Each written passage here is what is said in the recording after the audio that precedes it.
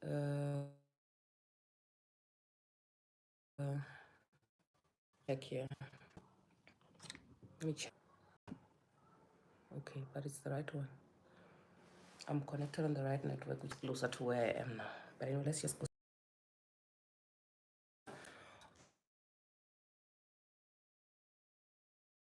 Of healing, self-love, and motivation. Okay, guys, let me just take this first. Then we'll do it. Okay. What's up, everybody? Welcome to my channel. My name is Remini, also known as Madam Speaker, also known as the CEO of Self-Love. If you're joining for the first time, welcome to the family as the CEO. For the first time, welcome to the family of healing, self-love, and motivation. And if you're returning, thank you so much for the continuous love and support that you are showing me. You are on Losing in Love podcast with Madam Speaker. My sister, how can I help you? Please close that door behind you. Thank you. You are on Losing in Love podcast with Madam Speaker. I had made a vow that this year I'm not gonna do any lives from an inappropriate position, because I wanted to take this podcast serious. It's a very serious podcast, this Losing in Love. But I'm sure you can hear from the way I'm sounding that hey, I just woke up from the dead. I literally slept until I think 3 p.m. And the person that I I stay with, they've been checking me, from time to time. And they were so worried about me that I've not eaten. And I have literally just been sleeping since I slept last night and I've not been waking up. I was also shocked myself. But yeah, I'm here, I'm alive, I'm kicking. So this that I'm drinking here is my concussion for my flu. So I've got this flu, né? It came on me like a ton of bricks. So it's showing me flames, guys. But I did consult, and my doctor was telling me that, you know what, also this flu is a blessing in disguise because you need to rest, because you never rest. So she's like, I'm booking you off. You're not going to work, you're not going anywhere. Because I wanted her to book me off for like 2 days so that I can go to work on Friday. Like, nah, you're not going anywhere, you must sleep. you know so yeah, it's bad. But anyway, for those who are asking, because people are already coming in asking what is the topic for today, I've not been even able to put a post out there. Like, guys, I've not been available on social media, honestly speaking, or as available as I usually am, because I've just been sleeping. I've been sleeping. So what we have today um is a story from a lady. For those who've been joining Losing in Love podcast, traditionally, that from time to time we will have individual stories, where we make an appointment with one person who just wants to share their individual story. And then if there's a need for other people to join in and add or ask questions, they can do that. If there's no need, people can just ask in the comment sections. And if the time allows us, then people can join in and share their views and thoughts and opinions about whatever story, right? So today is one of those days where we have a guest who is going to be sharing an individual story. For those who were here last week, you know that last week was one of those open topics where we're talking about side chicks, and wives. And we had a steering last week by the name of Baby, who was just coming through, and all these wives who were, ganging up on her, asking her a whole lot of questions. Thank you so much for those who've been watching that story. It's funny, but it's true, and it would make you do some introspection. Even if you are a wife, you can learn a thing or two.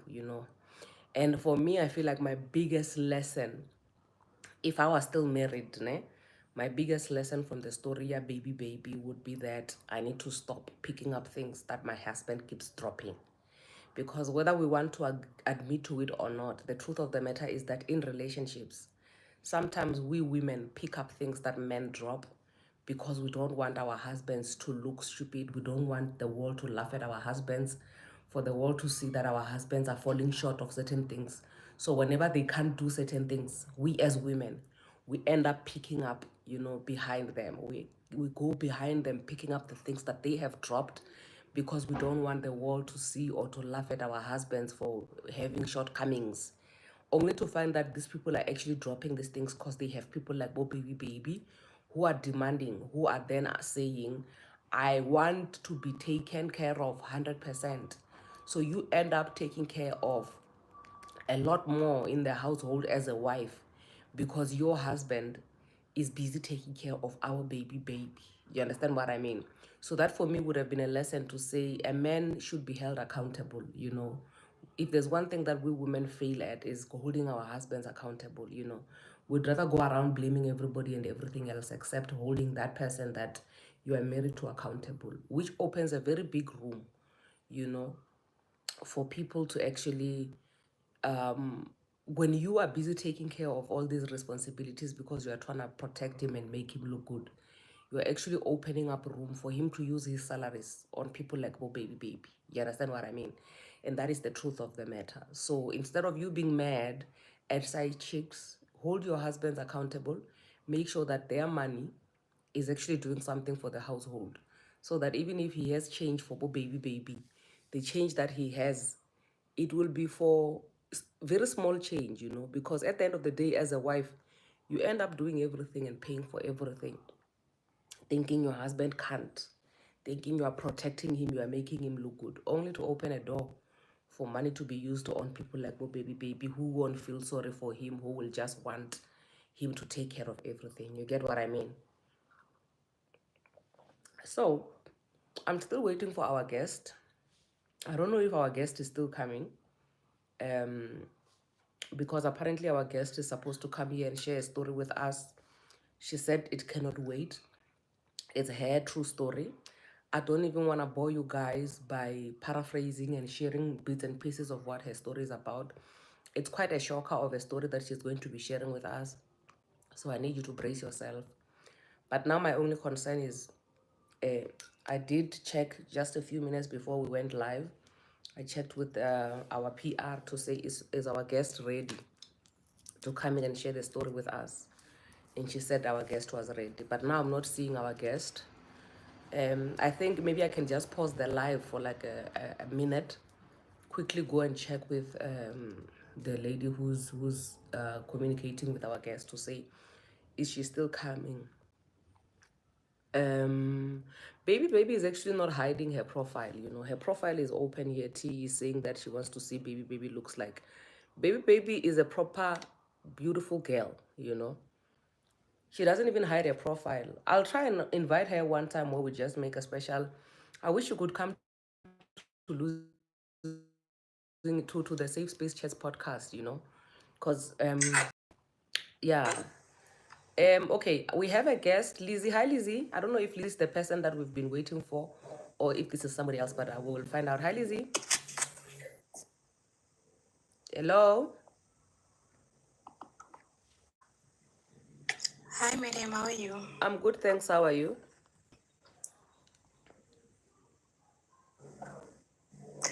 I'm okay. I Are just you? wanted to quickly share something while we're still waiting for our Oh, guests. okay. I wanted to find out if you are the actual guest that we are waiting from, or we are waiting for, or if you are somebody else. You can share something with us in the meantime No, while we sorry, wait for I our am guest. not. I'm not sure if I'm. Okay, you can share something with us while we wait for our guest, but just hold on for me for like 1 second. Let me check quickly with the lady. Ne? Just hold on for Okay, me. I'm not sure if it's related to the topic that is in discussion for today. Just hold on for me, my dear. Just hold it right there for me. I'll be with you now, now, now, now. Just hold on. Just want to quickly check here on WhatsApp if our guest is still coming, because if she's not coming, then we can definitely move on with life, you know. We can do other things instead. You know, if she's changed her mind or anything like that, you know, topics are always there. Hey mama, you are on loudspeaker and I'm live on the other app. I wanted to find out if our guest is still coming or if we can move on and do other things. Mama, move on. So she was meant to be on before you even go. Like, she was meant to start with you. Move on, Mama. Hey, okay, sharp. Stop, Mama. Thank you.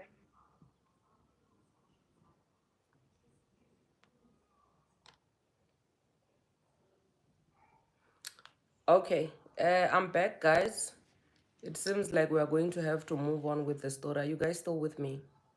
We had a Lizzie. Lizzie, please come back. I just called the lady who does PR for us, and she's saying that we should move on. This is so annoying for me, honestly speaking. It's not acceptable.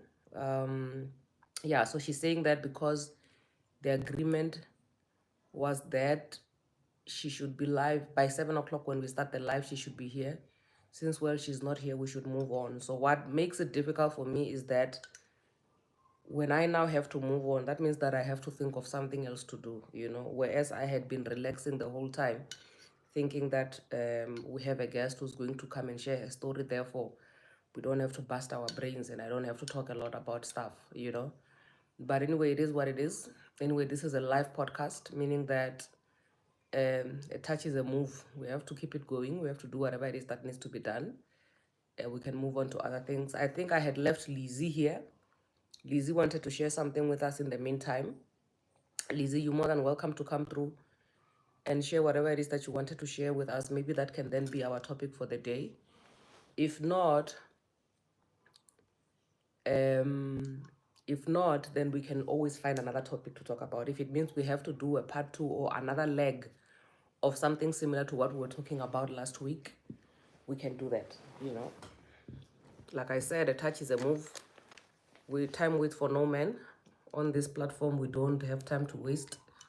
You know, we can move to any direction. That's Lalo. Oh, I see you are here. You defender, you lawyer of the baby. There are people who actually think that baby is not a real person. You know, they think it's not a real person. So, if only you guys knew that this is a real person who actually is not even afraid or hiding her life, herself. She's not anonymous. She's like straight up right in your face, you know. Rati saying, do you mind briefing us on last week's meeting or live? Hey, my cousins. Hi, Tauhadi. You know what, ne? Last week's live does not even need me to brief you, my dear. It needs you to just go to YouTube and watch the whole thing again. I think now it's sitting on like 15,000 views. It's so unbelievable because that thing is 2 hours long and people are literally sitting through it and watching the whole thing and finishing it. I just discovered your page today. Thank you so much, Rati. Let's talk about invoice, tender boys. Yo, Jesus. Hey. Tender boys. For some funny reason, tender boys don't want a girl who is not having a 9 to 5. Like, it's like when you have a 9 to 5, especially when you are working for the government or for a good, you know, entity, a good company. It's like you expose yourself to tender boys. You're a good candidate. You don't even have to have money. You just need to have a pay slip. Because tender boys, their invoices are going to pay up. And apparently what they do is they always, you know, get money from the other one, use it to spoil the other one, get money from this one. Because you know how this thing is. They want to benefit too, absolutely, you know. Because you would think to yourself, just because I don't have money, I'm not going to be a victim. Guys, how is it that having being blessed, you know, with things like a job, for example, it's opening a door for you to be exposed to other things? Excuse me. Malukwalo says that Malukwalo says tender boys take and give. They do take and give. My dear, we won't finish if we start. Go to Madam Speaker's page. There's a voice note. Oh, yeah, for those who want to be filled in from last week's episode, you need to just go watch it. It's like 2 hours long. If we do the briefing, we're going to be messing up this one. This is so true. I'm dating one. Hi, Bo. The chosen kiddo. Please come and tell us about tender boys, guys. Dating tender boys. There was once a live we had here with a lady who was talking about it was not even one lady, actually. It was more than one lady. They were talking about dating this other guy. We did a couple of series. We did a series, a couple of lives about him, you know. Um, Madam Speaker, your reactions killed me dead on that baby. Hey, you know what? The baby live, it killed me myself. Even me, I died. I love you, Madam Speaker. Patience Mudau. Lots and lots of love from me to you. Thank you so much, my darling. I appreciate. Guys, we had a live some time ago, earlier this year, of a guy by the name of Matebula, some Matebula guy who killed himself, you know, after he killed his girlfriend, that he was claiming that the girlfriend was cheating on him, only for his ex-girlfriends to come forward from the woodworks to say, listen, this guy is lying. Even when we were dating him, he would say that we cheated on him. He would lie. Like, he's a pathological liar, this guy. And he was not even working. So he was dating multiple girls in different cities. He'd go from this one and say that take money from this one, spoil this one. Take money from this one, spoil this one. So these girls always look at him and they see someone who has money, you know, and he doesn't have money. And the thing with him is he has a type. You have to be a nurse, you have to be a teacher, you have to be one of these professions which are not dangerous professions for him, professions that are not dangerous for him, but solid, you know. You don't even have to have like a lot of money or anything, as long as you have a pay slip. And I remember there was one lady who came in and was saying that yeah, she's a police officer, and she's a soldier. And she said that the minute she said that she's a soldier, that guy blocked her and never looked back, because obviously soldier is a danger, you know. Did you manage to do part 2? Because I've been saying I couldn't do part 2, you know, because the time could not allow me. And also I saw a lot of comments where people were saying this conversation has been exhausted, you know.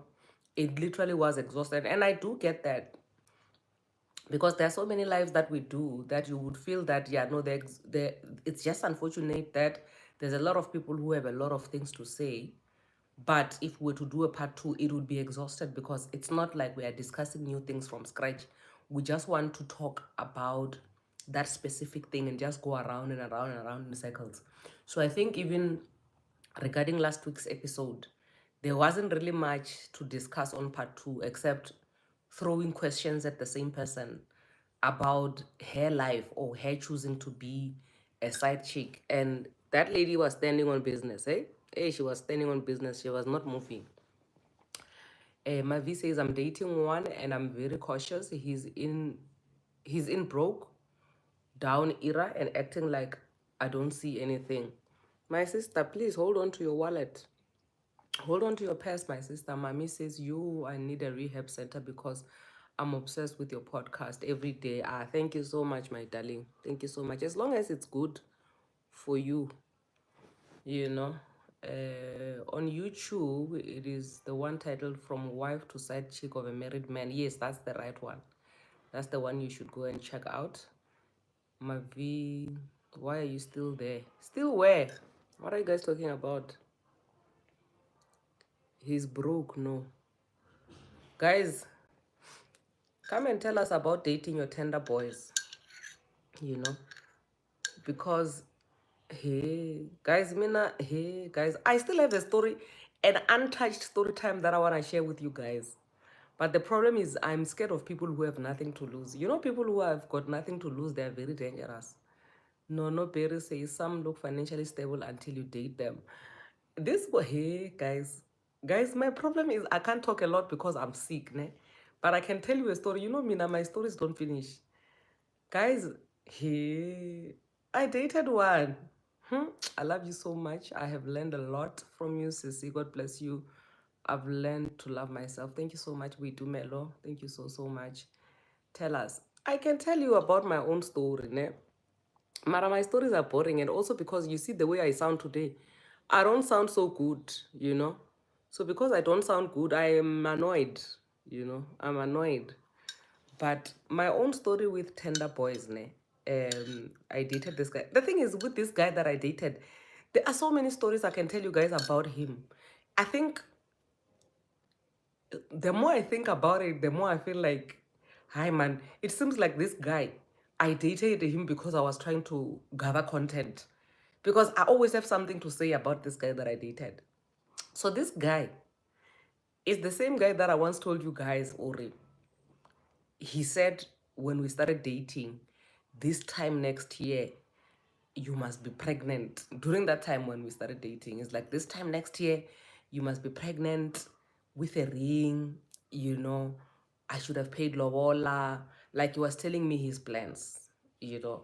So for me, my issue was, I think that's where I was talking about this thing of, do we really as women wanna submit under a so-called vision? Because this whole thing of the Bible saying that we must submit as wives must submit, do we really wanna submit? Because when the vision is there, is it really going to work? Penny says, I remember. Yes. I think we have a Sani here. We have people who usually, you know, say things from something that I once said in the past when I was doing a Q&A, and they're all vendor people.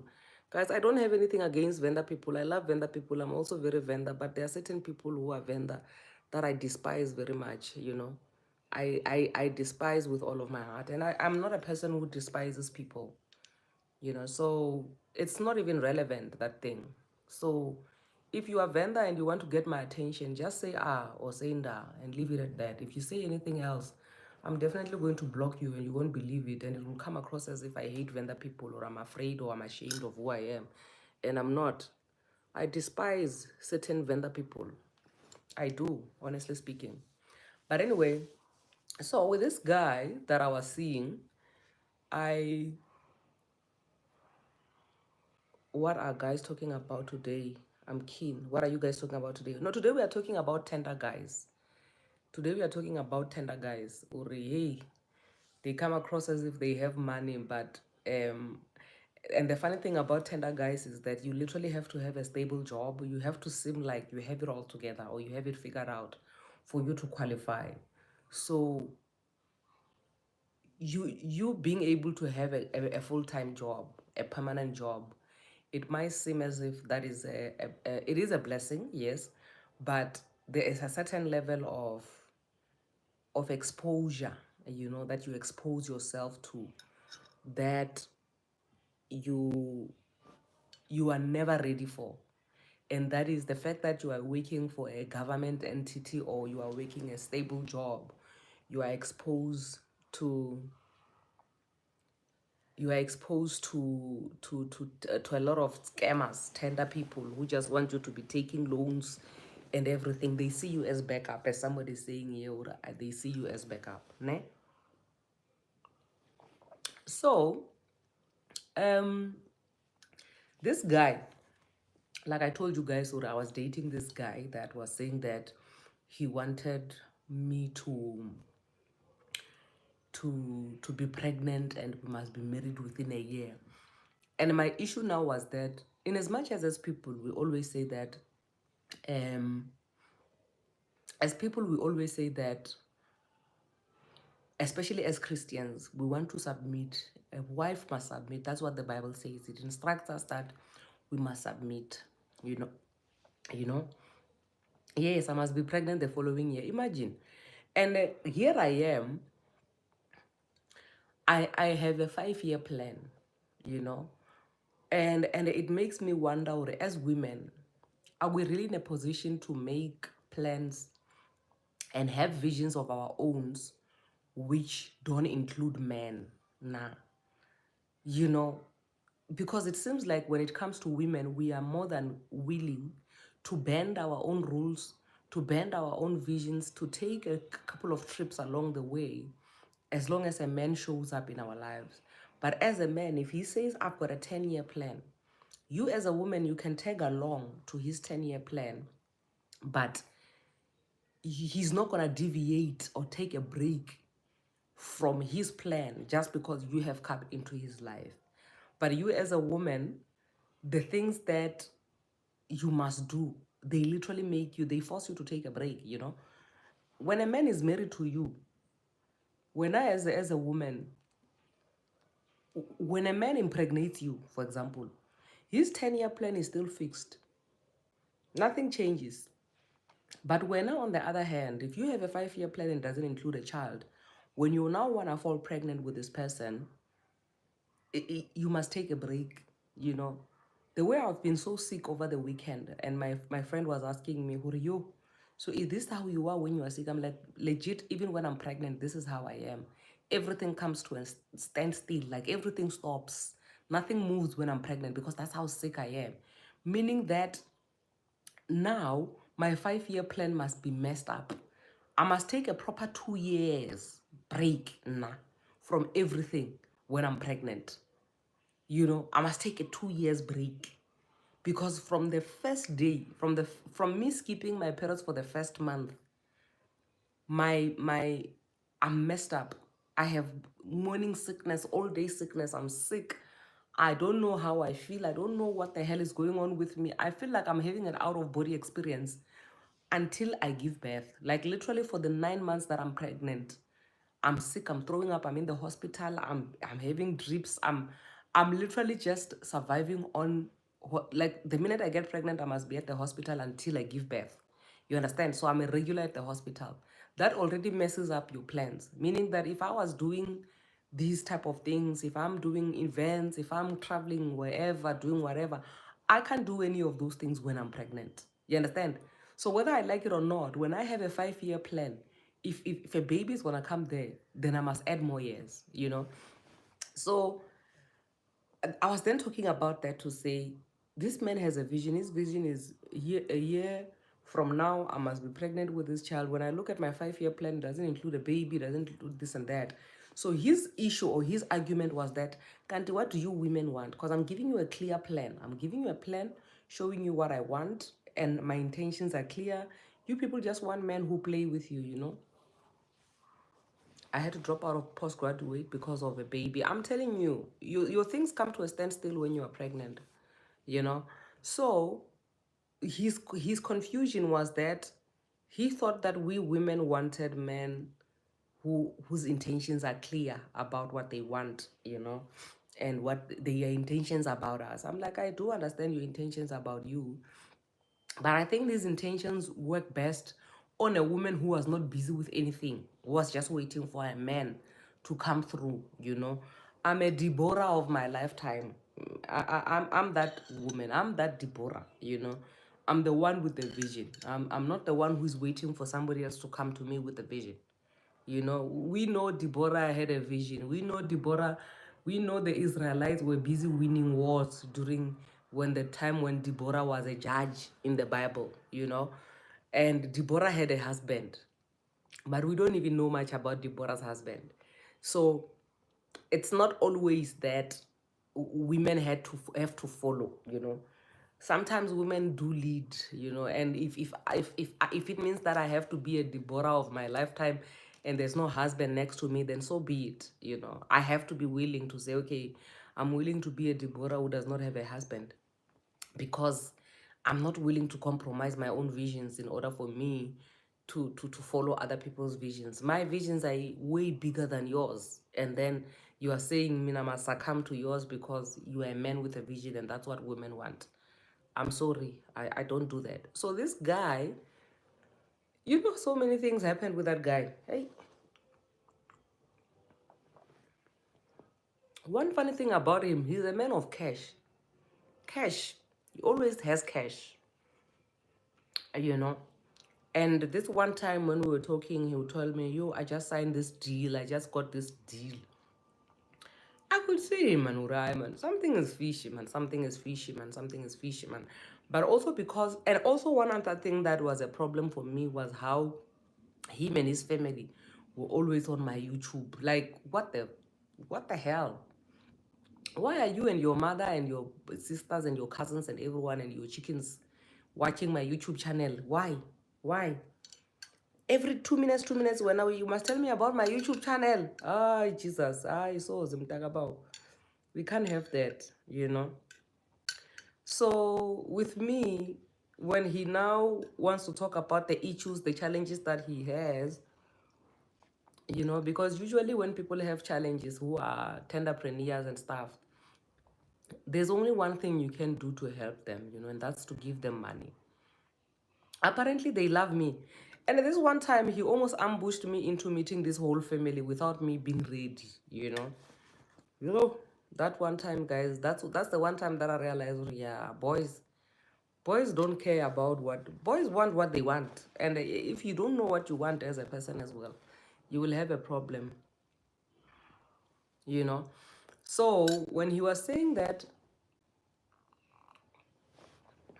when he was saying that, um he's having all these challenges, hey, what, the only thing that's gonna help him solve these problems is money, you know. I'm like, yo, almost that's sad, yo, that's so sad. But now I will offer you food, guys. I will offer you food. I will offer you, I don't know, but I can't offer you money.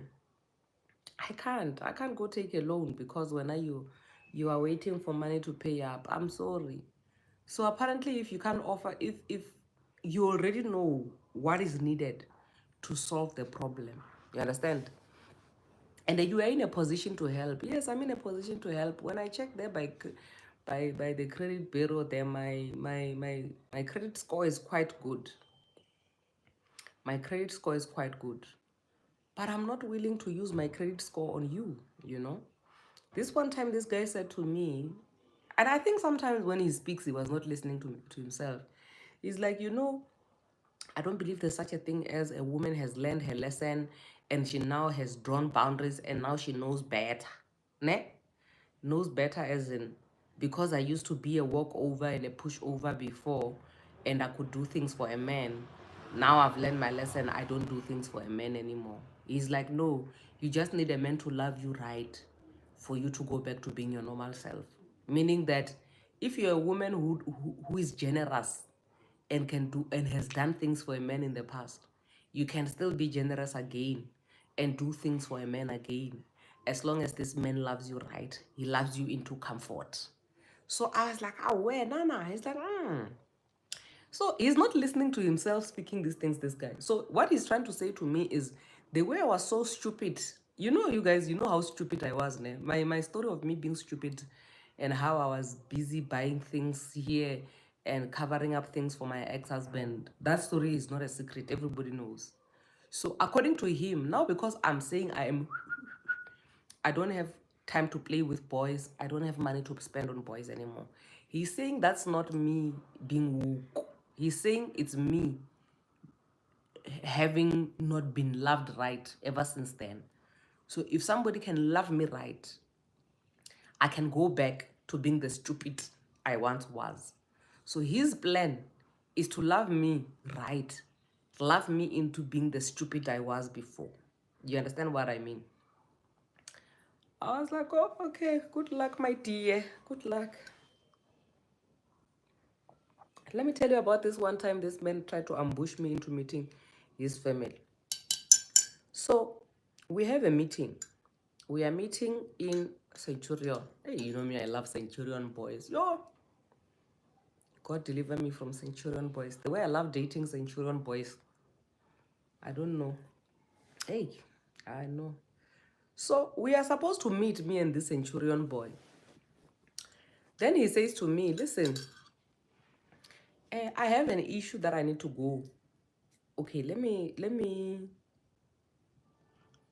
say maybe his home is where. Let me say his home is Taung. Yeah, good. Let's just say Taung. Taung is somewhere in the northwest. Ne? Yeah. So let's say his home is in Taung. And we are supposed to meet in Centurion because that's where we are meeting. That's where he stays, right? Then he says to me, listen, there's a business deal that I need to go do at home in Taung. Can we go together to Taung? Can we meet there in Taung? Ne?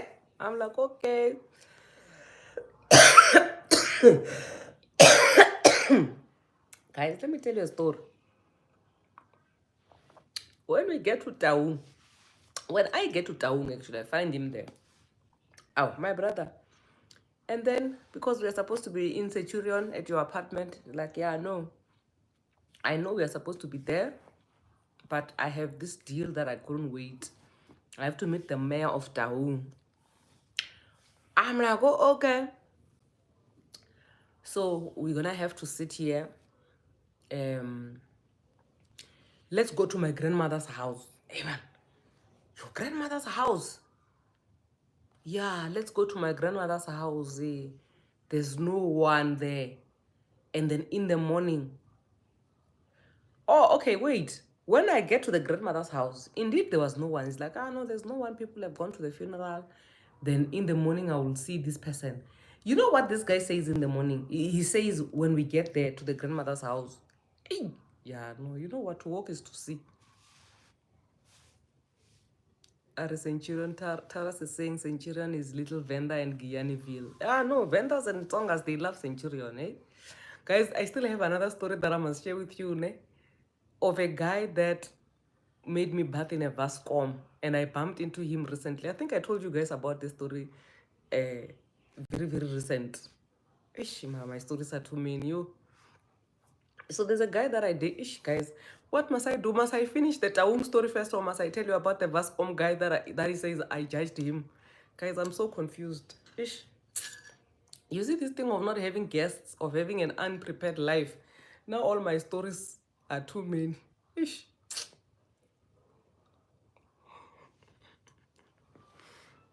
Okay, I'm gonna finish the Taung story. You must remind me, to tell you about the Vascom, the guy that says that I judged him for the.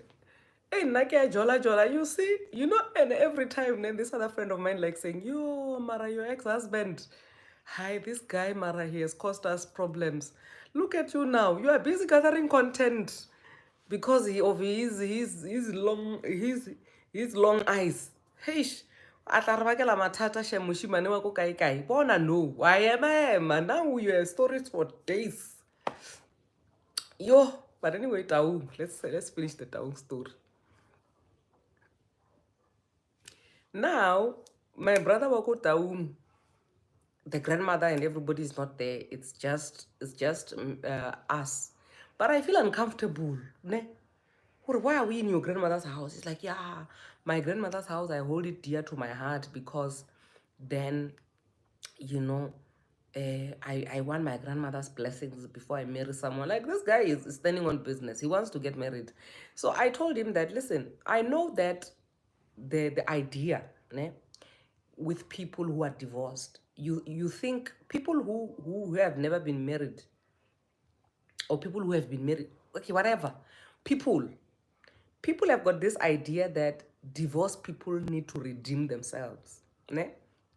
Like, for example, I was married, my marriage didn't work out, so because I'm now getting divorced, anybody who comes after and wants to marry me, I will agree because I want to redeem myself.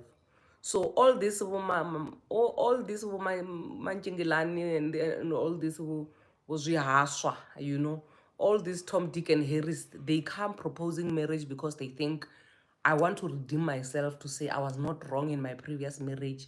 So when they marry me, it's like they are my savior. So I think that's also with him because his idea was he thought I was gonna jump at the idea of being married because he's doing me a favor of redeeming me after I have a failed marriage. You understand? So I said to him, I don't suffer from that nonsense. I don't suffer from that nonsense of wanting to get married again to prove that I was not wrong. In fact, when I sit by myself, I always ask myself, what business did I have getting married to begin with? I never should have even gotten married to begin with. I don't regret it because I have beautiful kids. I still have a proper, decent relationship with my ex-husband. Even now, when I woke up, I found a missed call from him. He's like, I heard you are sick. Are you fine? I'm like, I'm cool. He's like, okay, I was just checking up on me. So we have a brother-sister decent relationship with my ex. So I don't regret it to a point where I don't resent him. You understand? But I had no business getting married to begin with. Hello? Go and finish it, my dear. Okay. Well done. You understand what I mean? So now, I had no business getting married to begin with. So that's why I would not want to now get married again to redeem myself. I don't have to redeem myself from that nonsense. I think we as women take marriage more seriously than men. We take it way too seriously. Because the way we take it so seriously, that's why we end up being the ones that actually get hurt between men and women. That's why a man will not think twice before they pick up their bags and they leave a marriage, because to them it's a priority, but it's somewhere there at priority number 9. But with us as women, we take it way too seriously. It's priority number 0. That's why a person will do you dirty and you will still hold on. And the same person who has done you dirty will still be the one that leaves you. That's why in most cases when marriages come to an end, we as women fall apart more than men, because we take it way too seriously compared to men. Men don't take it as seriously as we do. And I think we need to get to a point where we see marriage as just another element of life. So yeah, you get what I mean. So that's why I was like to this guy, my guy, to me, it's not that deep. You're not here to rescue me, to save me, to redeem me. So you must never ever think you are doing me a favor. And you saying you want to marry me, it's not a gift you are giving me. If you want to do forever with a woman like me, I know myself. I'm a very, very smart woman. Very, very intelligent. I'm not everybody's cup of tea, but I know for a fact that a guy that I would have to get married to would be a very blessed man. Even the guy that I was married to, unfortunately, it's only now that he realizes how blessed he was to have a woman like me. So it's not a favor, you understand? And I think also I'm at a point where I want to be married to a man that when I look at that man, I see how blessed I am to have that man. I don't want to be a gift to somebody that person is not a gift to me. You understand? So now this guy says to me, this kana kere taung. I said taung, ne? Yeah. Then the taung guy says to me, so tomorrow morning, what's going to happen? I have to see someone in the morning. Ne? A random question, can you date a woman? My sister, I don't know if I would date a woman, ne? Because do we have kids here? How old are the people who are here? Guys, don't be deceived, ne? Eish, ene ke mzalwane, Eish. Bazalwane, don't be deceived. A penis is nice. So, unfortunately, because of a penis, I don't think I can date a woman, because a woman doesn't have a penis. You understand? Okay, somebody says I must not say it, and I've already said it. Penis is nice. So, I can't date a woman. I'm sorry. Can we move on? Okay, sharp. Let's move on. I try to be decent saying that, guys. Yo. But anyway, so this guy is now trying to ambush me. He's trying to ambush me into meeting his family. Then he says I must each people are you people are boring. I knew you were gonna focus on the okay, fine. Let me ignore the comments. Let me go straight into the issue.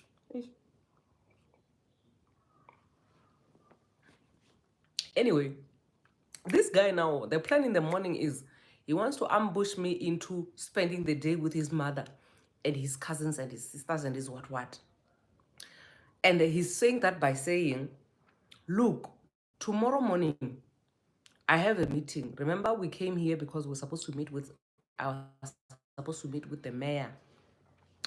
So I'm gonna do it in the morning. So while I meet with the mayor, you will have to stay with my sister and my what. And then when I'm done with my meeting, and then we can go back. So ziyaklika now. Wait a minute. So you call me to come, you have an emergency in Taung. You say the emergency is today. That emergency didn't take place. Now all of a sudden that emergency of Taung is going to happen tomorrow morning. While that emergency of Taung is happening, we are now at your grandmother's house. From your grandmother's house, I must go to your mother's house. While you do your meetings with your people, now be sitting with your mother, talking about what?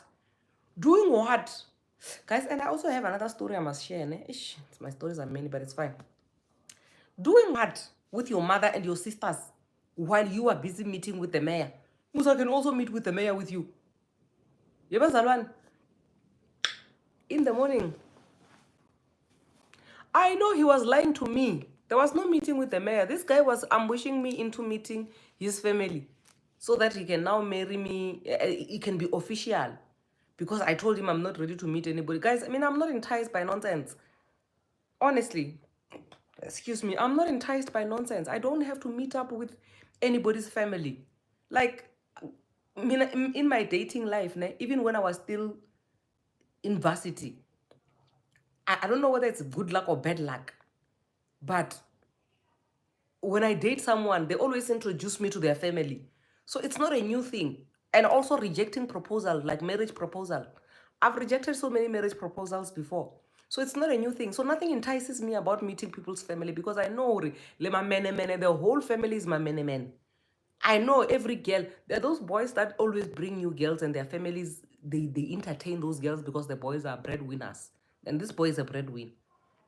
So I was like, no. So I was like, in the morning, I said to him, my guy, look, so what's going to happen now, ne? What's going to happen is because when you want to go to this meeting of yours, and then now I won't be there, ne? You don't want me there. And then now I don't want to meet your mother. I don't want to meet your sister. What I will do is I will take my key. I will press my start button of my BMW. I will go back to where I stay. You will remain here in your town. And then you will, when you are done with your things, me and you will meet again. Because I am not going to sit by your mother's house listening to your mother telling me about how good person you are because you are buttering her bread, because you are buying the bread and you are buttering it. Then I must listen to her telling me good things about you, ambushing me into that. I'm not doing that nonsense.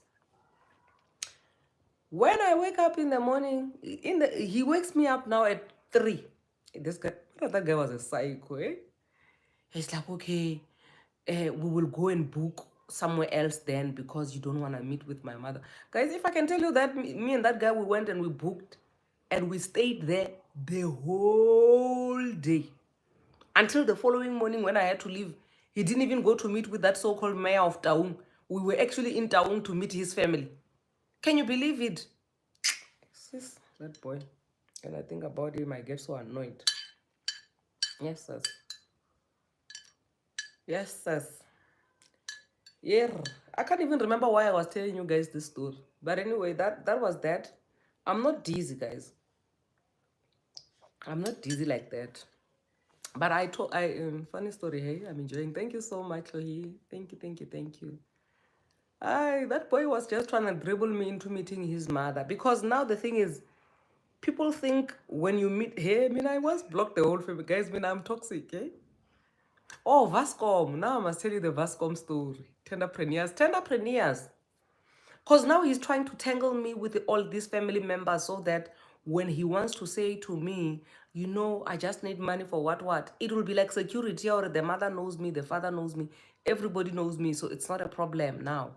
You know, he can even, you know, he can, now that everybody knows me, I can still get money for him for his tenders and what. So the Vascom guy, this guy was a decent guy.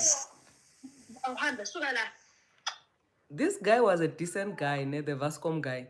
Like proper decent. And he was my type, Shem. You know what, ne? Ish. Now the problem, okay, let me mute daughter of Kemit, ne? I think maybe she's still sorting out her life, but we have a guest. Guys, the Vascom guy, we met a couple of times, like 1, 2, 3. And all these times when we are meeting, we are gelling, we are getting along. We have the same visions and wants. You understand? And then, like, even the dress sense, like, he's a decent gent. Guys, I was so heartbroken on the behalf of the Vascom guy. And hey, so the Vascom guy, ne? you know, after you guys have met a couple of times, I mean, you can't always meet in hotel rooms, ne? You can't always meet in hotel rooms because, yeah, if you're not serious about your relationship or you are hiding, you can meet in hotel rooms. But if you now want to take your relationship to the next level, then you need to meet where you guys stay. Like, obviously now I can't bring boys where I stay because I stay with my 2 kids, ne? But if my 2 kids are not here, I can take my boyfriend and I can bring him here and then we can sit together, ne? And my belief also is the same with the boyfriend, to say, if the boyfriend is staying with his kids or with whoever, we can't meet where he stays. But when there are no people, we can then meet. You get what I mean? So that's what happened with my Vascom guy. So we were meeting in neutral places and we were getting along, guys, because neutral, you know how neutral places, it's not my playground, it's not your playground, so we can just really be ourselves. This one time now, I must go and meet this Vascom guy where he stays. Guys, this relationship is on lock. Hey, what's that one? Yo, Jesus. I need to do a story time alone, guys. Then a standalone story about this Vascom guy. He was a divorcee. You know me, I like divorcees.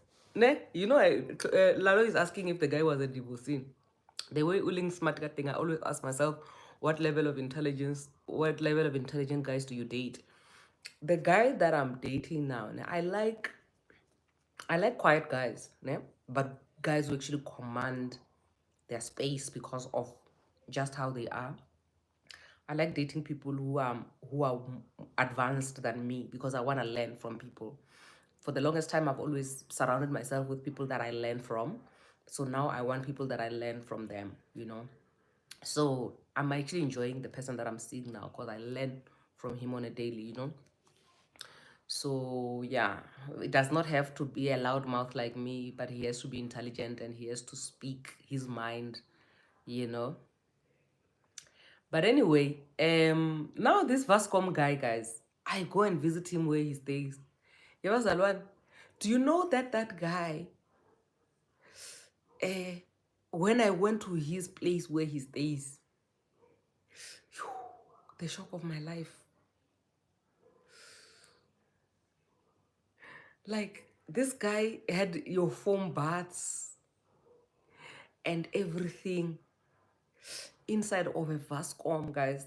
Like, he has to go and beg the water for me. And he doesn't see anything wrong, guys.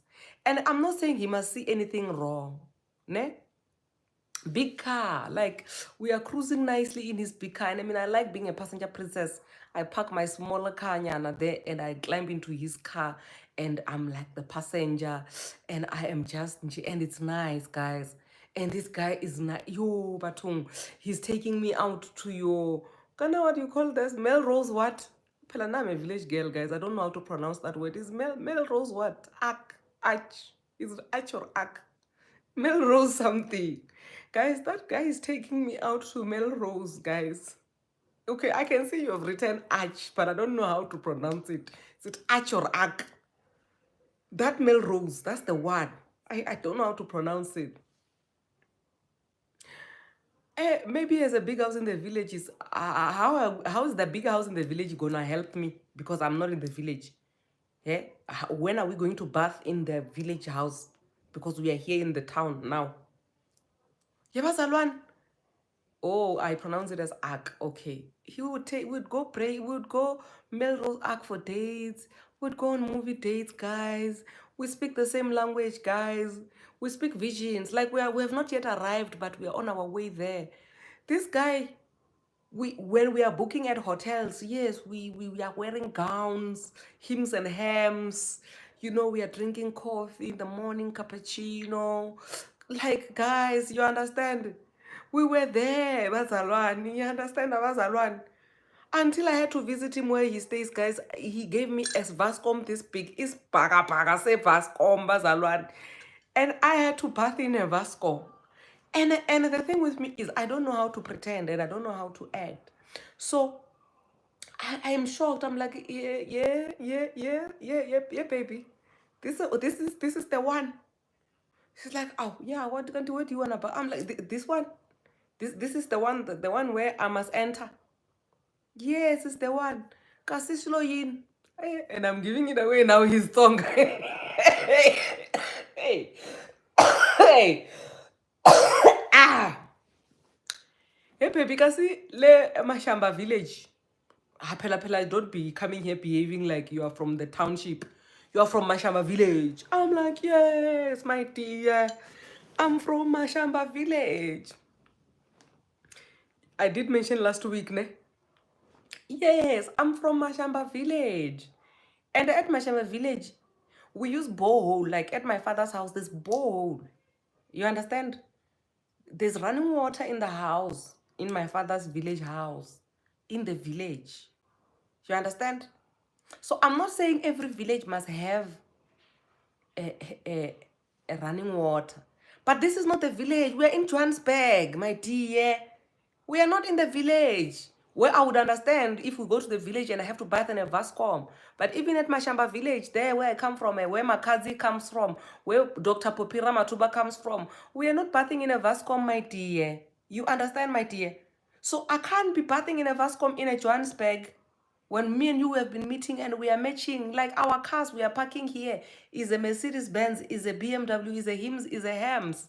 But now when I have to bath, I must bath in a Vascom. I can't do that, my dear.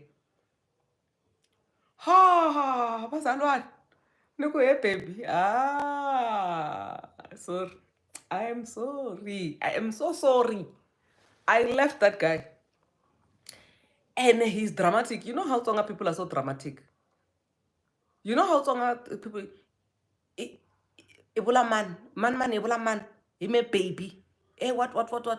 Hey, what? You know? So... I don't know whether maybe the bath was not working. Maybe the bathtub was not working, guys. I can't tell the place there, but it was in Midrand.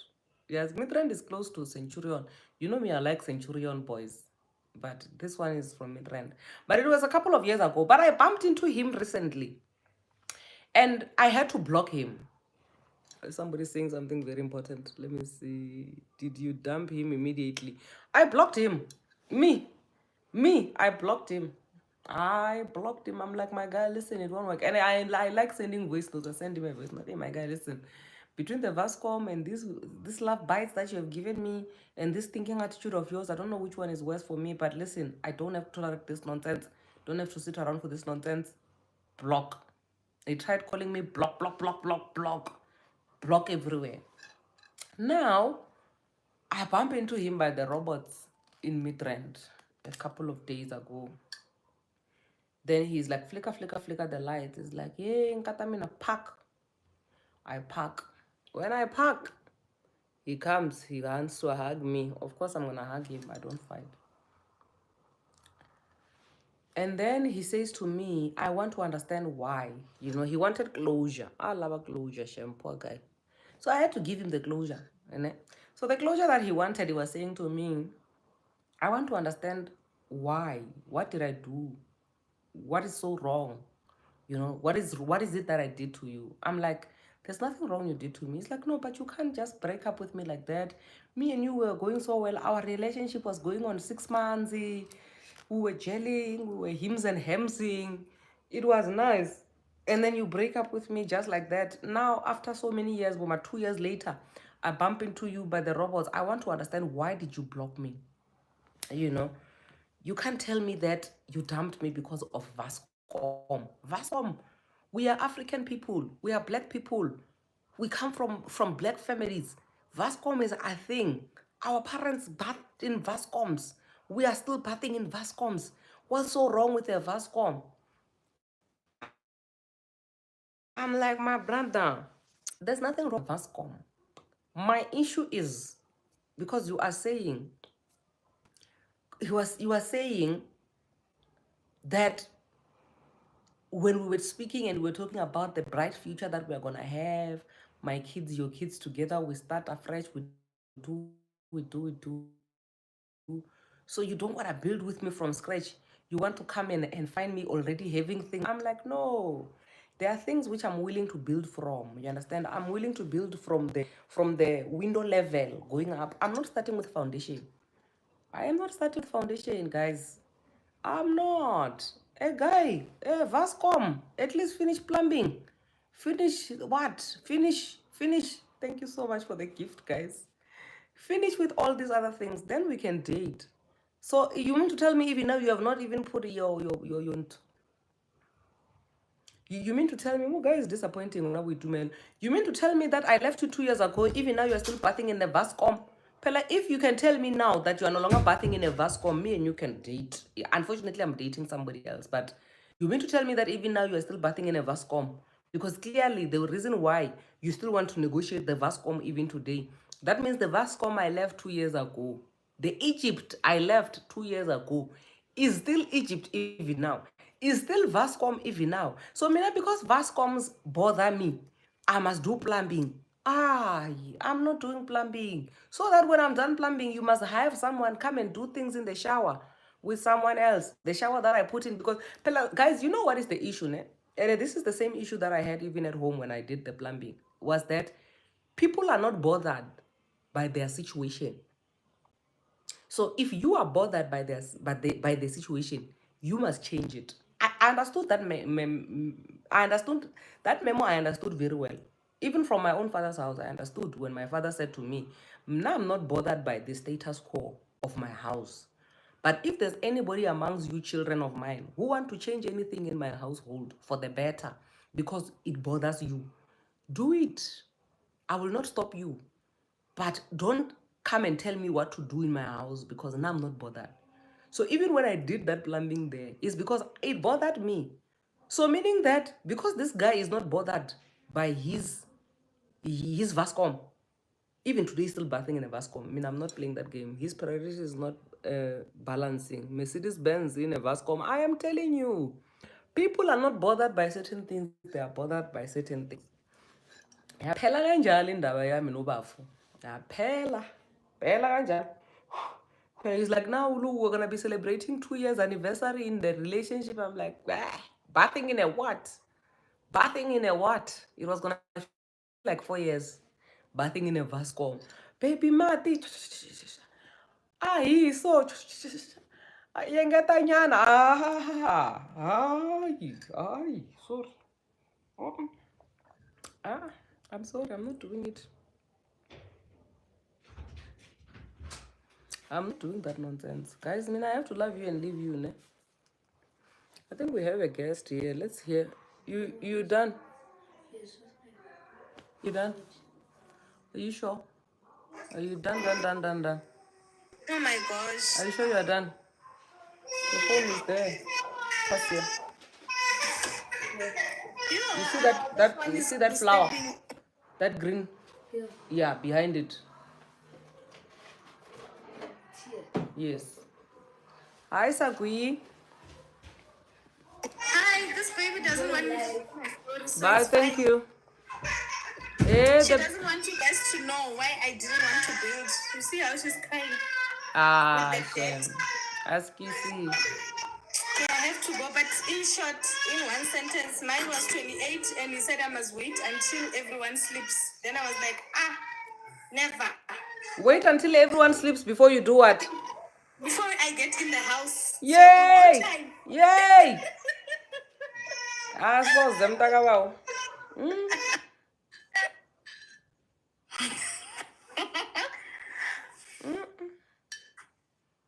Hi, Carol.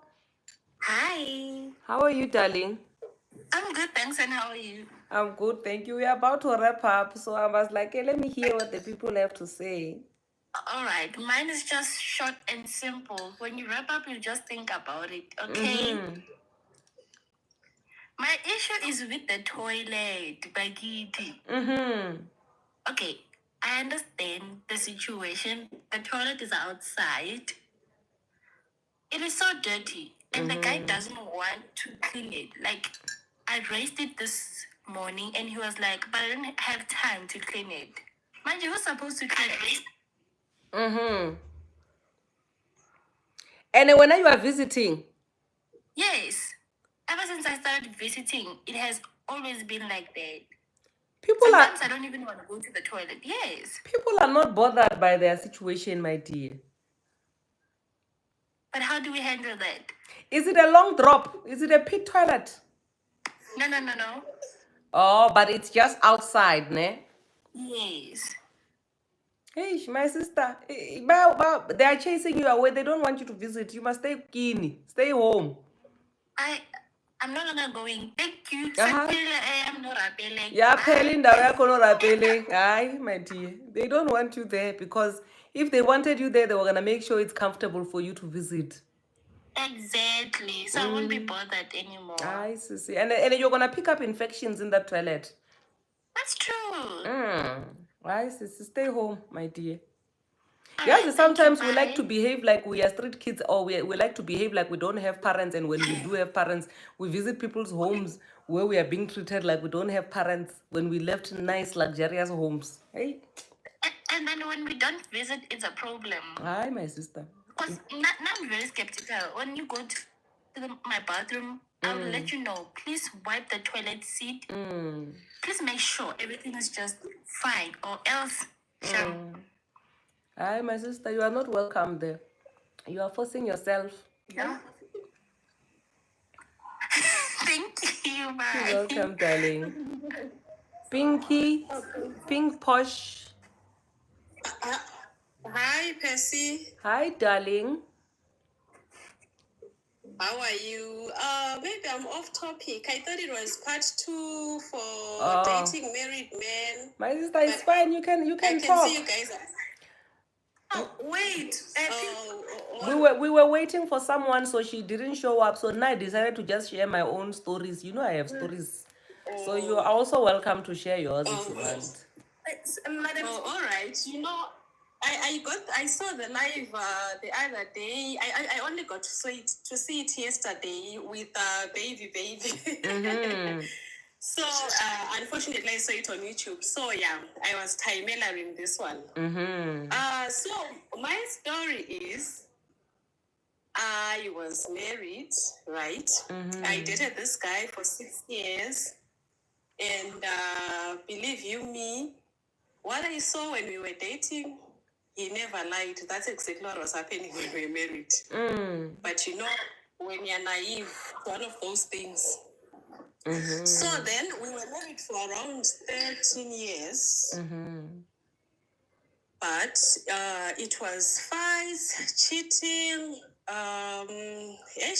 and emotional abuse. But he was that kind of person. In public, he will be the sweetest couple. He takes good care of you. He feeds you. You can see the eggs and bacon in the fridge, but they'll sit here on your neck because you're stressed. Fast forward, I decided to leave after 13 years. I said, you know what? This is not going to take me anyway. It's the same old problems from day one till the last day. So then, when I left, you know, I never had that habit of going back home, coming back to the marriage. No, I stayed because I really wanted to fight for it. And believe you me, I fought tooth and nail. But I never won. Yeah. Then after I left, I dated a single guy. You know, I could relate to what you guys were saying. That guy was broken, you get it? He was just both. He was rough, harsh, cheeky, blah, blah, blah. And I said, yeah, this makes sense. When people say, if you see someone maybe in their late 30s, 40s, single, ask yourself why. I dumped that rubbish. Then I met a married man. Yeah, it was just something else. So responsible. So, you know, anything that you can dream of in a relationship within his means and capabilities, he was doing. So then, my reasons. All right, I wanted to clarify the reasons. The reason part. I don't think I'm still interested in marriage anymore. Even if I am, I've really toned down on my expectations. I've really toned down. And when they say learn how to love yourself first before somebody else can love you, that is very true. For now, I just do me and me only, makes me happy, my happiness and whatever gives me peace of mind. I don't think I'll ever have that energy of going through the phone and calling, hey, where are you? Why didn't you do blah, blah, blah? I think when a man behaves in a certain way to you, just believe them. That's exactly who they are, and they mean exactly that. If you find yourself in a situation whereby you now have to start altering their behavior to suit your expectations, you're just not the person for them. Anyway, so my reasons mainly are dating this married man, one, they are responsible. Two, I think an issue of consent, because some were saying, hey, how can you do that? Like when I was listening to that previous live, how can you do that letting another woman?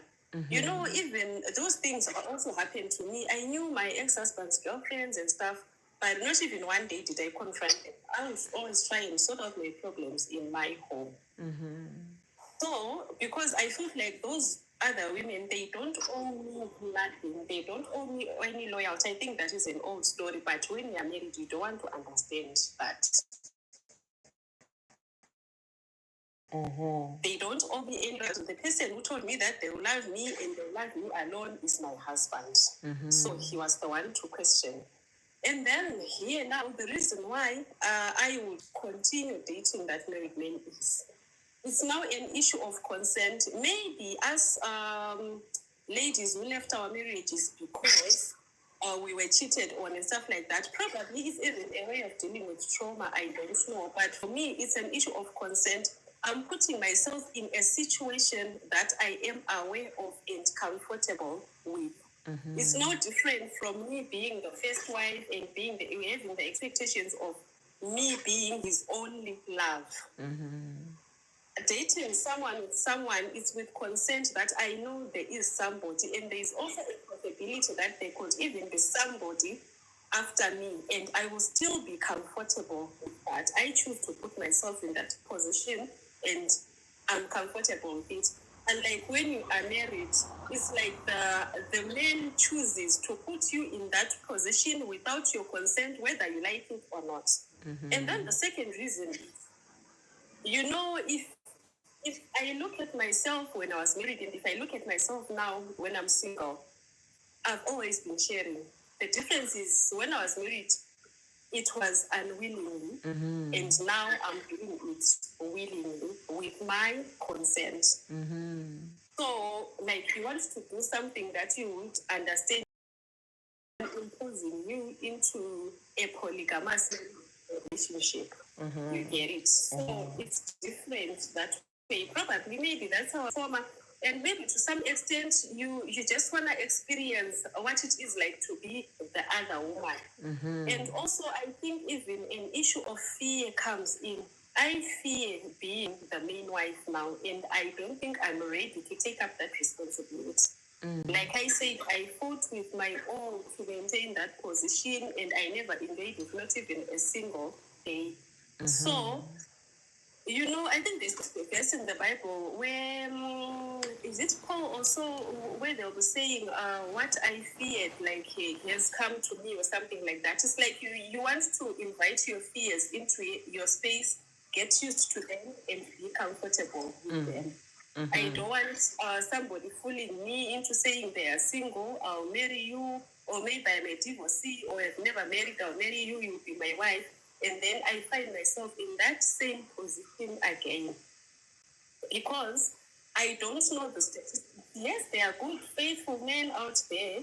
I don't know, but I have chosen to deal with the current reality right now that these men, whether we like it or not, we are sharing them. But the difference now is I want to be comfortable knowing that I am sharing, because the challenge is when they get you as the first wife, they don't tell you the truth that I want you, but I don't want you alone.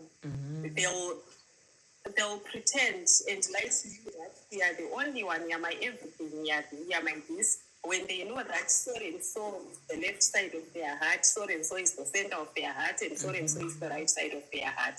So it's like, you don't want a paper two of that, so you'd rather just get straight in there, your story and what you're doing. And I think I also heard you talk about priorities. Like the priorities I had in a marriage and relationships back then, they've just totally changed.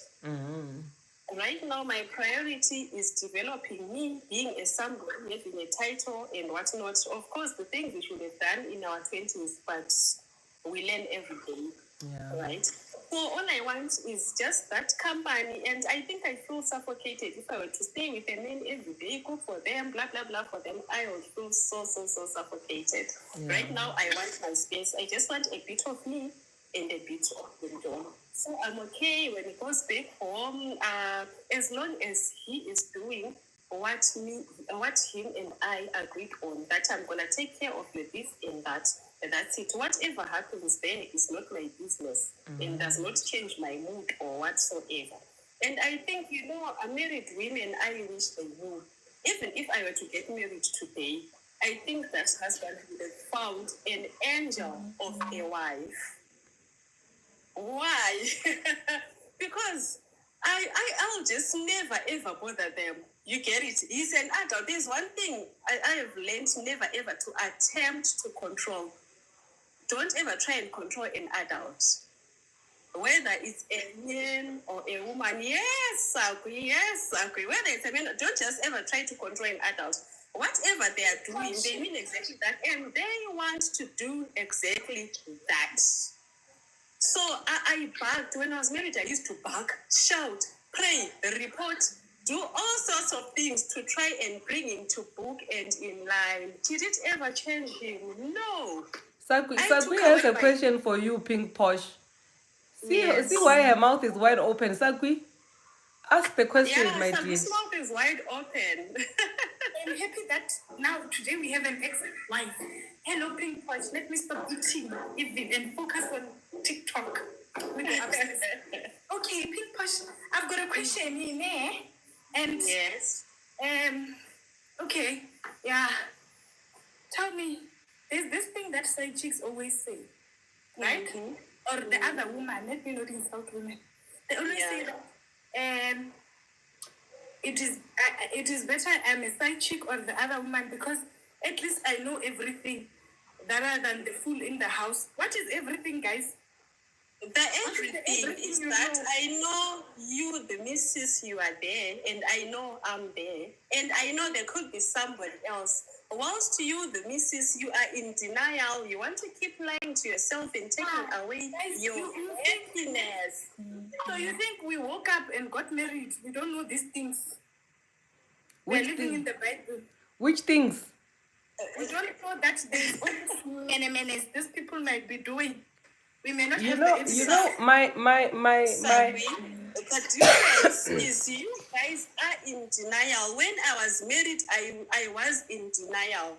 I only there's a powerful prayer. I mean, I don't even know it. I don't want to lie. Which I one? don't know the powerful prayer. The one that wives always threaten side chicks with. My I sister. always laugh here, but I don't know it. Let's be realistic, when Sagwie. Now I will be very honest with you. I think I knew the man that I was married to, ne? But what I knew about him was what he wanted me to know about him. There are certain things and certain parts and elements of him that I didn't know about him because he didn't want me to know as his wife. And there are parts that only his side chick can know about him because he is more open and more himself, because he does not have to impress. He does not have to be... The expectations from the wife are too much. I used to hold him. You take life too serious as a married woman. When it comes this side, we go with the flow. Everything is relaxed. Whatever he promises me, if it happens, if it doesn't happen, the way I react is different from the way you react. I understand and listen to his stories and lies, even if I know that it's lies. But when I was married, I would want to prove and be Judge Judy, to even point and give you the evidence that you are lying, blah, blah, blah. I saw you there and they didn't, blah, blah, blah. But now, because my interests and energies have just been shifted, we go with the flow. When we are together, we are always happy. I no longer take life too serious, because I now understand that I can never ever control a whole adult, a human being. Sagwie. Not as No. I've got questions, ne?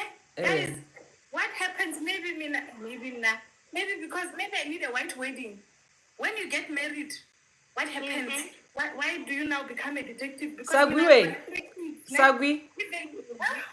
if your husband now looks at perseverance and is willing perseverance, do you think he can tell you, Rio, our perseverance is a flame, she's my type?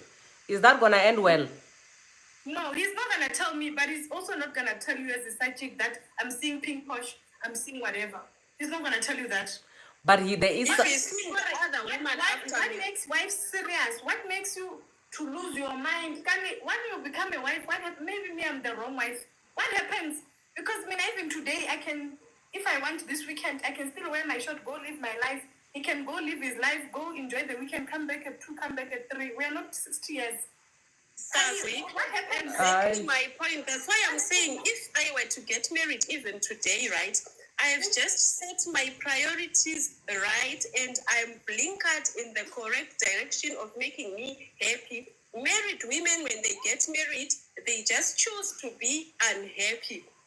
That's why there is different reasons why single women and married men are happy. What's happening to the married women? Single women and married men are happy. What's happening to the married women? Oh, maybe you You tell want us. to go in there and control the husband, go after each and every of his footsteps, check the phone, neg, blah, blah, blah. Exactly. I think we are also missing the point here. So we tell us your experience as a wife Okay. who does not have who's dating who's married to a man who doesn't have a side chick. Well, I did not say that he does not have a side chick. He did not come and address it with me and tell me. I am saying that I want to answer first. Kids happen. Sagwie. I have 3 kids. I'm telling you that on my TikTok, you may find me with my script on Sunday on my way to Tembisa. Me, I love Hulu wedding music more than anything. I'm from there. Like, now I'm saying, marriage is not an officialized mojolo. Because it's like when people get married, King, you don't look after yourself, you don't do anything for yourself anymore. You just focus on being, I don't even know Proverbs 31 women. I hear it here. I don't even read it. I don't think I have changed. Maybe I've changed my body because I've changed. Unfortunately, that's the sad reality with most I don't married have time to women. like an adult. An adult will do what they want. I am so confused. What they want. That's I am you, so confused. Sagwie. Ukari, this topic is now taking another 10. I am so confused. Are we still talking about the same thing, guys? We are talking about side chicks and wives, and then I was asking Posh when she says that when people are wives or we're wives, we are very very we are depressed and happy people. We are what because we are focused. We do evidence for what, guys? Now my question is, tell me, I'm still jolly. I mean, maybe I'll be married when I'm 50 because I don't have time to be unhappy because of another person. Why? You may be an exception. You may be an exception, and you mastered the art. Clap hands for you. That's good for you. But what I'm saying is, most married women, I included when I was married, my focus was on the husband. Is he loving me right? Is he doing blah blah and whatnot? And that is the exact thing that is taking away. Okay, the Mina, I have a happiness of question. most Ne? married women. How are they finding out that their husbands have side chicks? Something is lacking in them. They are researching and finding answers. And after you find answers, you are unhappy. My advice to any married woman is, whatever you find, if you know you still want to stay in that marriage, just don't confront, shut up, and chow his money quietly. Have a If you ask and leave, because once you ask and stay, he will never respect you. He will do more and more and more and more and more and more. He didn't respect you from the first day he went out there. That's the fact. Exactly my point. People stay in marriages for different reasons. If I were to have a cheating husband today, if he is married, I will stay and go on holiday and eat that money and drive those cars and whatnot. I will stay for the benefits and shut up. I'll never ask you. Pash, you guys, side chicks, there's this thing going on for weeks here on TikTok. Side chicks versus wives. You guys, you have this thing of saying, if a woman does not leave a cheating husband, she does not have self-love. But when you won't leave him after she leaves him, and then if she stays with him for money, she could go to school. Now where you can go and work your own money. So it's double standard. When this double standard. The self-love is dedicated to wives. Wives must have self-love and leave a cheating husband that you will stay with.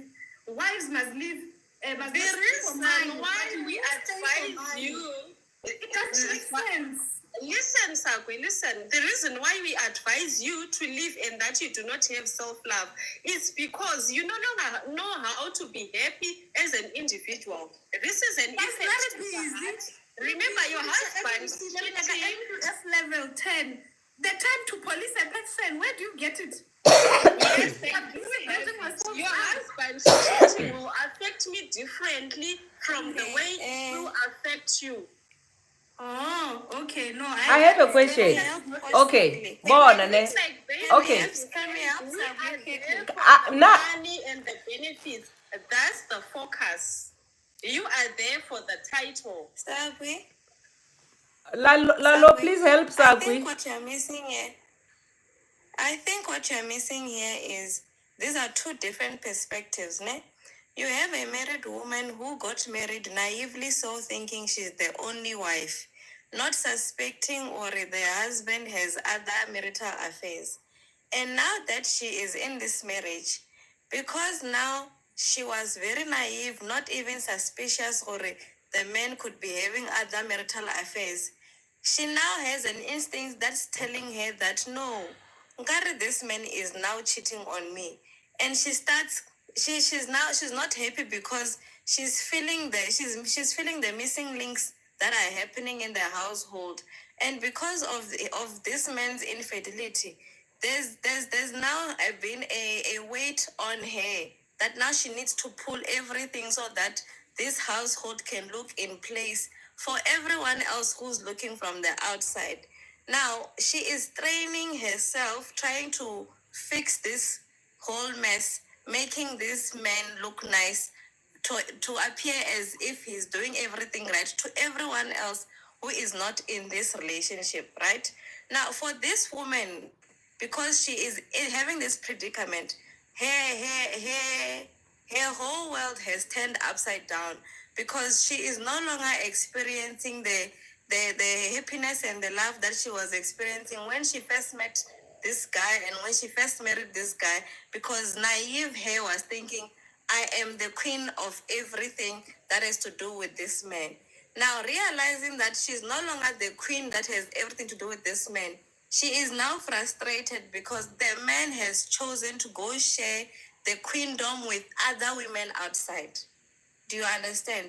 Now, with that happening, the woman who is now being involved, who is a third party, who comes in knowingly that this man has a wife, is here to support this relationship by benefiting herself, being the unpaid therapist who this guy comes and vents and tells him everything about his marital affairs, not expecting her to have a word.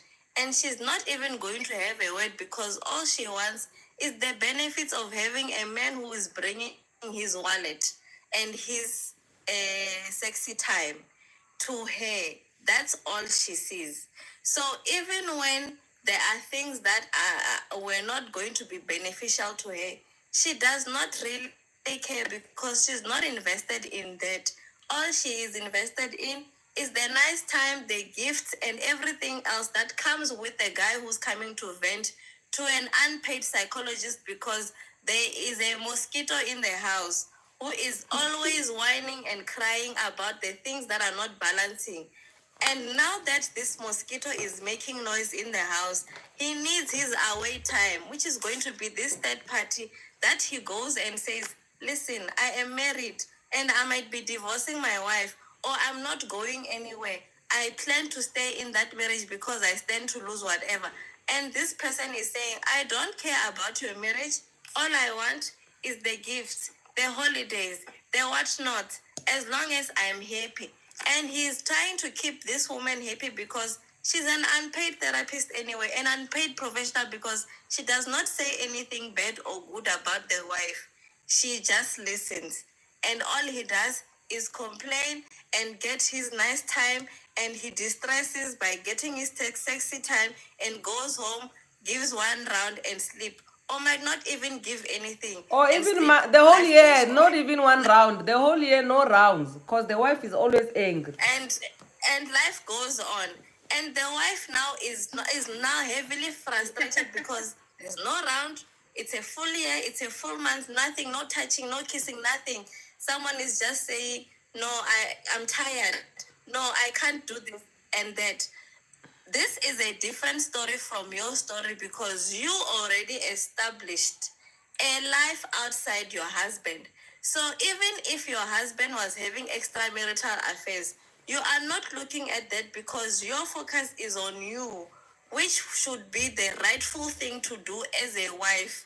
If you're going to be a happy wife, you need to be yourself outside your marriage. So what Pink is saying will not relate to anything that you're experiencing because it's not your story. So when other people are saying these things, it does not nullify that or say that they are invalidated because it's not your story. It's their story to tell, just not yours to relate with. Do you understand the difference now? I mean, yeah. It doesn't mean that there are no housewives who are frustrated and all that. They are there because we hear these stories with housewives saying, ex-wives saying, I was frustrated, I lost myself, I lost weight, I did this and that. It's because it's their reality, just not yours. And just because it's not your reality, it does not mean that they are lying or they are not telling the truth. It's their truth, it's just not yours. Well, I did not say anything. Thank you, Lalo. You spoke my part of, like, I don't really understand how a person gets there. But now that you've explained that people get married and make marriage their project and everything, that's where the problem lies. As for me, hey, I've got so many things, so many plans. I don't have time to lose weight. It's not necessarily that they are making their marriage their project. It's the whole idea that a happy household equals a happy wife and a happy husband. So, because this is something that Madam Speaker mentioned when she was opening this live, she said, for a woman, what you have, your plans, as soon as they include a man, you might find yourself taking a detour. But with a man, he will not take a detour with his plans because he's not going to fall pregnant. And if you are pregnant, your 9 months of waiting to come up with this child means a bit of a step back for your plans that you had on that 12 months that you are now looking at, right? Not everyone is going to relate to that statement because they are thinking, no, but it did not stop me when I was pregnant or when I had my second or my third. But for other people, that's their reality. They take a detour from what they had planned because they can no longer do such things because of all the hormonal imbalance that's going through their bodies, right? Now, when a man sets his goals and he says, my vision is that direction, as a woman, because you are thinking a happy husband will equivalent a happy household for me and I'll forever be happy, you are now going to support him only to be betrayed later because your support of him had nothing to do with you falling pregnant and all these other shenanigans that you go through as a wife in a household. It had only everything to do with himself. So when you realize this betrayal, it breaks you because you put your life on hold trying to focus on this man's vision. And now that he's going to his vision, he does not see you anyway. He sees Pink outside there and is thinking, now that I've upgraded to this level, I can fit in a Pink or as someone who was out of my league when I first started. And they want to incorporate this person in their recent life where they've upgraded everything. And you were a bystander who was helping, supporting everything else. And that will break you as a woman. when this is your reality. But if that's not your reality, you know nothing about it, and you cannot even relate to such things. Thank you, Lalo. You explained so well. At least maybe, sir, we won't be crashing. We know you're good. You hold yourself high and stuff.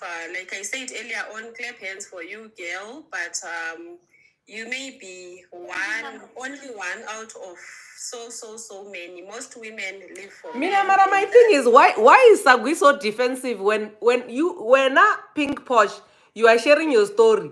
Sagwi is coming on defense mechanism. Why? Why is she defensive on your story? The thing is, Sab it's in the kongale court. futa mo. She was Sagwie, saying you two can- sides, right?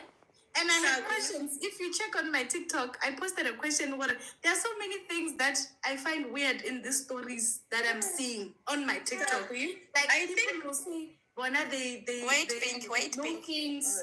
Bona they're better off." So I wanted to ask as somebody who like that, somebody who's being married, to tell me the difference as a side chick, because she's being married. I think wives know most things. As a side chick, I think wives know the most important things. As a side chick, and she was explaining to me, what do you know? Everything that you guys say, Mina, I know everything. Unlike the fool in the house. I want to know that everything. You know what's in the will. Is that the everything? I want to know. Oh. Yeah, that's what I was asking. Believe you, Miss Sagwi. No side chick is interested in the will because they are not thinking future. They are thinking current. So if he earns 100,000 and he can give her 50,000, that's all she cares about. What happens when he passes? Story for another day. Maybe a bridge that might be crossed when we.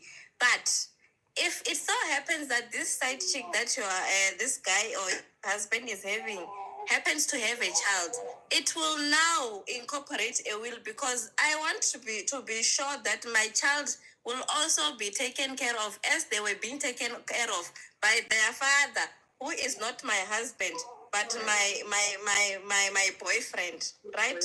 So when we are talking about the everything that we know, it's everything that he comes to vent out to me about you. It's everything that's not sitting well in your household that he comes to tell me. It's everything that has to do with his well-being, what is frustrating him the most. Because he's not going to tell you because you are the mosquito in the household. You are busy telling him about school fees. You are busy telling him about groceries. You are busy telling him about the investment that he started that is not continuing with. So he cannot talk to you because you have a lot of back chats and a lot of unfulfilled things that you are complaining about. But when it comes to me, I don't even want to tell him anything. If he's going to give me 10,000 right now, he gives me 10,000 and is going to sponsor my vacation and whatnot. So I'm not going to be saying anything and everything at all. All I am is at the receiving end of your news and your monies. That's it. Chill. That's what women are saying when they're telling you that as a housewife, you don't know everything, especially about this man. Because when he's frustrated at work or whatever ventures that is at that gives him money and they frustrate him, he's not going to tell the very mosquito who's telling him that school fees has not been paid for the past 4 months. How? That's shocking. Hey, some relationships All are right. weird. I would like to answer someone. Sagwie, I hope you're also going to give me an opportunity to talk. Like I said, I wanted to tell my side of the story and try and position married women from this angle. Based on the fact that I was once married and then now I'm out of marriage and in this contract. And So now you are in a somebody new said- contract now of being a side. She wants to be a professional side chick like baby. It's My superhero. it's I saw her comment. She's here. Your superhero baby is just here. another level. All right. So somebody said, "Hey, you think you are better than the wife and whatnot?" You know what? I advise wives to deal with their esteem issues. Your husband's cheating has got nothing to do with you. It's just in them that they wanna cheat. You know, I've seen women who are machapa, such that their house will be smelling weary at 12 o'clock and their husbands don't cheat. And then I've seen yellow bones with beautiful offices, influential women with cheating husbands. I think your husband's cheating has nothing to do with you, and don't be offended by the side chick. It's just their behavior, their nature, who they chose to be, a decision they took for whatever reasons, but definitely should never ever destroy your self-esteem. It's no side chick goes, all right, fine, maybe some do, but you feel inferior the moment you find out that your husband has got a side chick. You want to find out what they look like, where they work, what they eat, where they stay, and what not. Just deal with your own self-esteem issues and know that your husband's side chick. You see, the funny thing is, your husband, as well as he is, can have a maid as a side chick, and as high valued and esteemed as you are, your esteem is destroyed. No side chick believes that thinks that they are better than the wife. It's your husband who makes you insecure and feel like that. It's nothing to do with the other woman. And there is nothing that they do better than what you do. There are other main wives who cook even better than the side chicks, but the husband will still go there and eat that funny food and enjoy it. It's just the peace. Your married men, they just want peace and quiet. They don't want noise. And these women just mastered the art that here we just do business. Our business is to make each other happy. You make me happy with your money. I make you happy with my vibe and probably my body. That's all. Also, not forgetting that there are married women who do not see infidelity as a deal breaker. They will stay in their marriages with their cheating husbands because, anyway, they understand that so he's definitely going to cheat one way or the other. And they are saying for themselves, a cheating husband is not a deal breaker because it has nothing to do with me, but everything to do with him. There's women who have that mindset in heart. So we might be looking at them thinking they are fools, but they are looking at the bigger picture thinking, okay, we have acquired so much and so far, and I'm not willing to let it go just because there's a Lalo who is a side chick out there who refuses to be a mosquito, which just wants to be an unpaid therapist that listens to my husband. There will always be women who think like that. And that does not mean that they don't have a self-respect or they have low self-esteem. It just means that their priorities are different. Nicole And is one asking. other funny thing is, Can I just I say something realized quickly? that Daughter of Kemit, guys, has been trying to speak. Daughter of Kemit, on my live, you must jump, my dear. You don't speak soft. You won't speak. You know, if you talk like that. No, I'm a very respectful ma'am.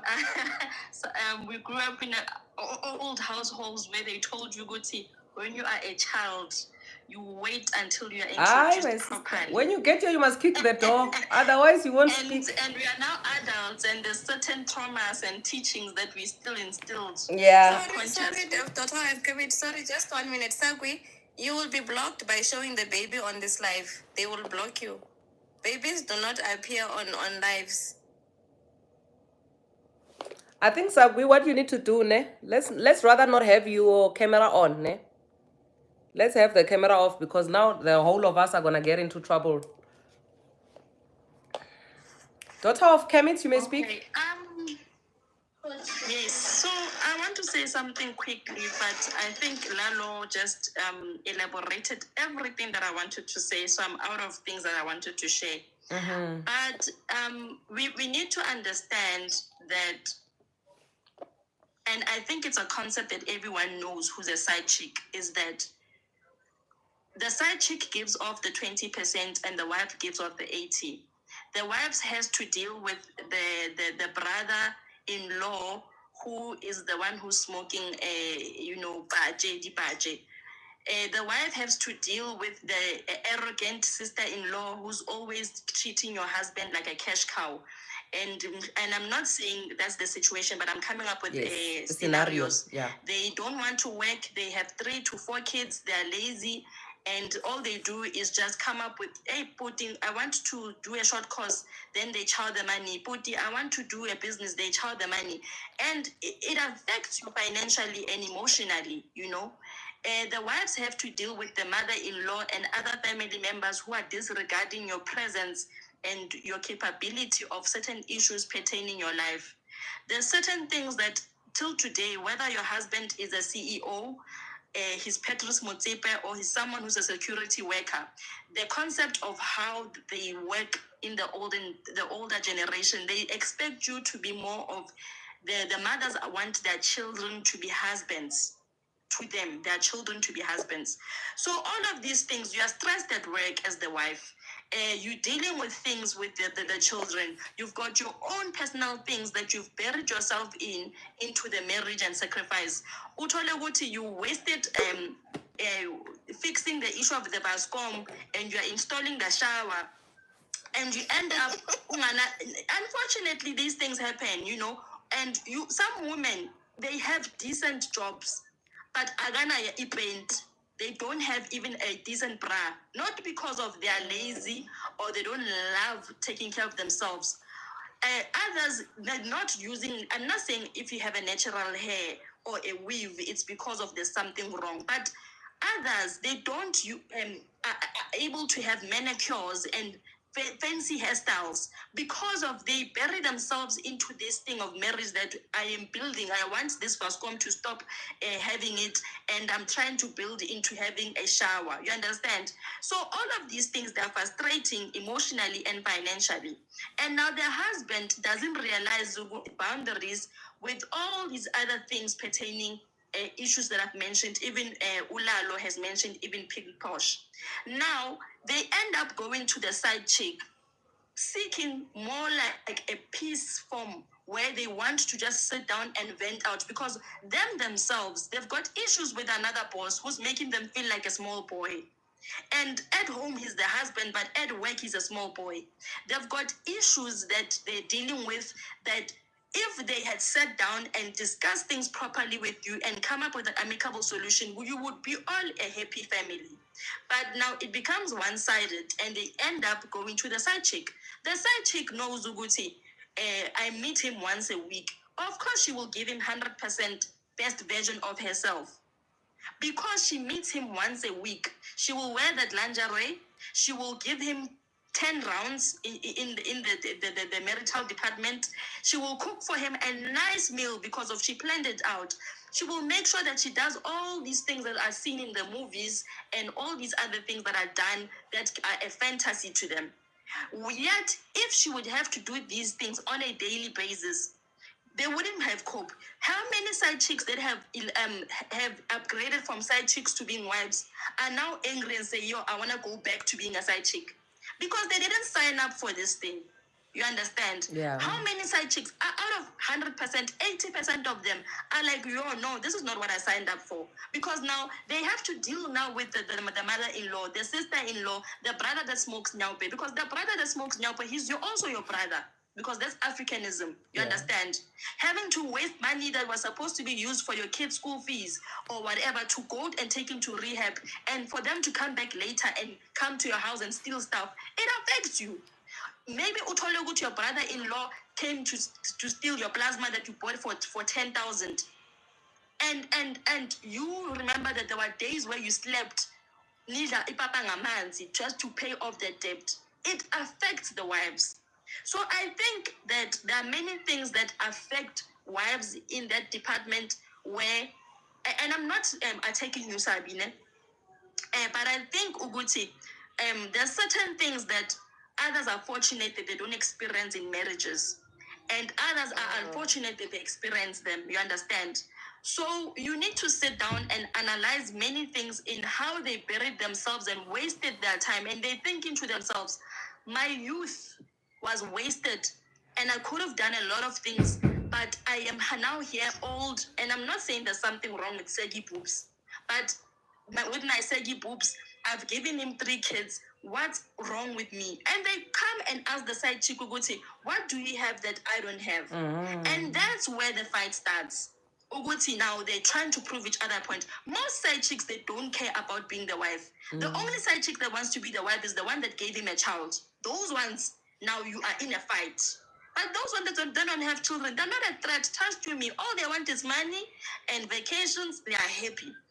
I have experienced the same situation where my ex-husband was dating side chicks. Till today, I swear in Shembe's name, in Jesus' name, in Maria, so you know, all these other things, that I have never fought a side chick. Because to me, I would just make sure and ask Ugu, say, hi, I know you're dating Ulalo, right? He's like, yeah. No, are you aware that he's married? He's like, yeah. She would be like, yes. I'm like, no. Sometimes men would lie and not tell you other things, but no, it's fine. I'm not here to fight you. I just wanted to get a confirmation of who are you, and I'm at peace, you know? And it would end there. I've never, out of how many times I've caught him with side chicks, I've never been in an altercation of fighting with them.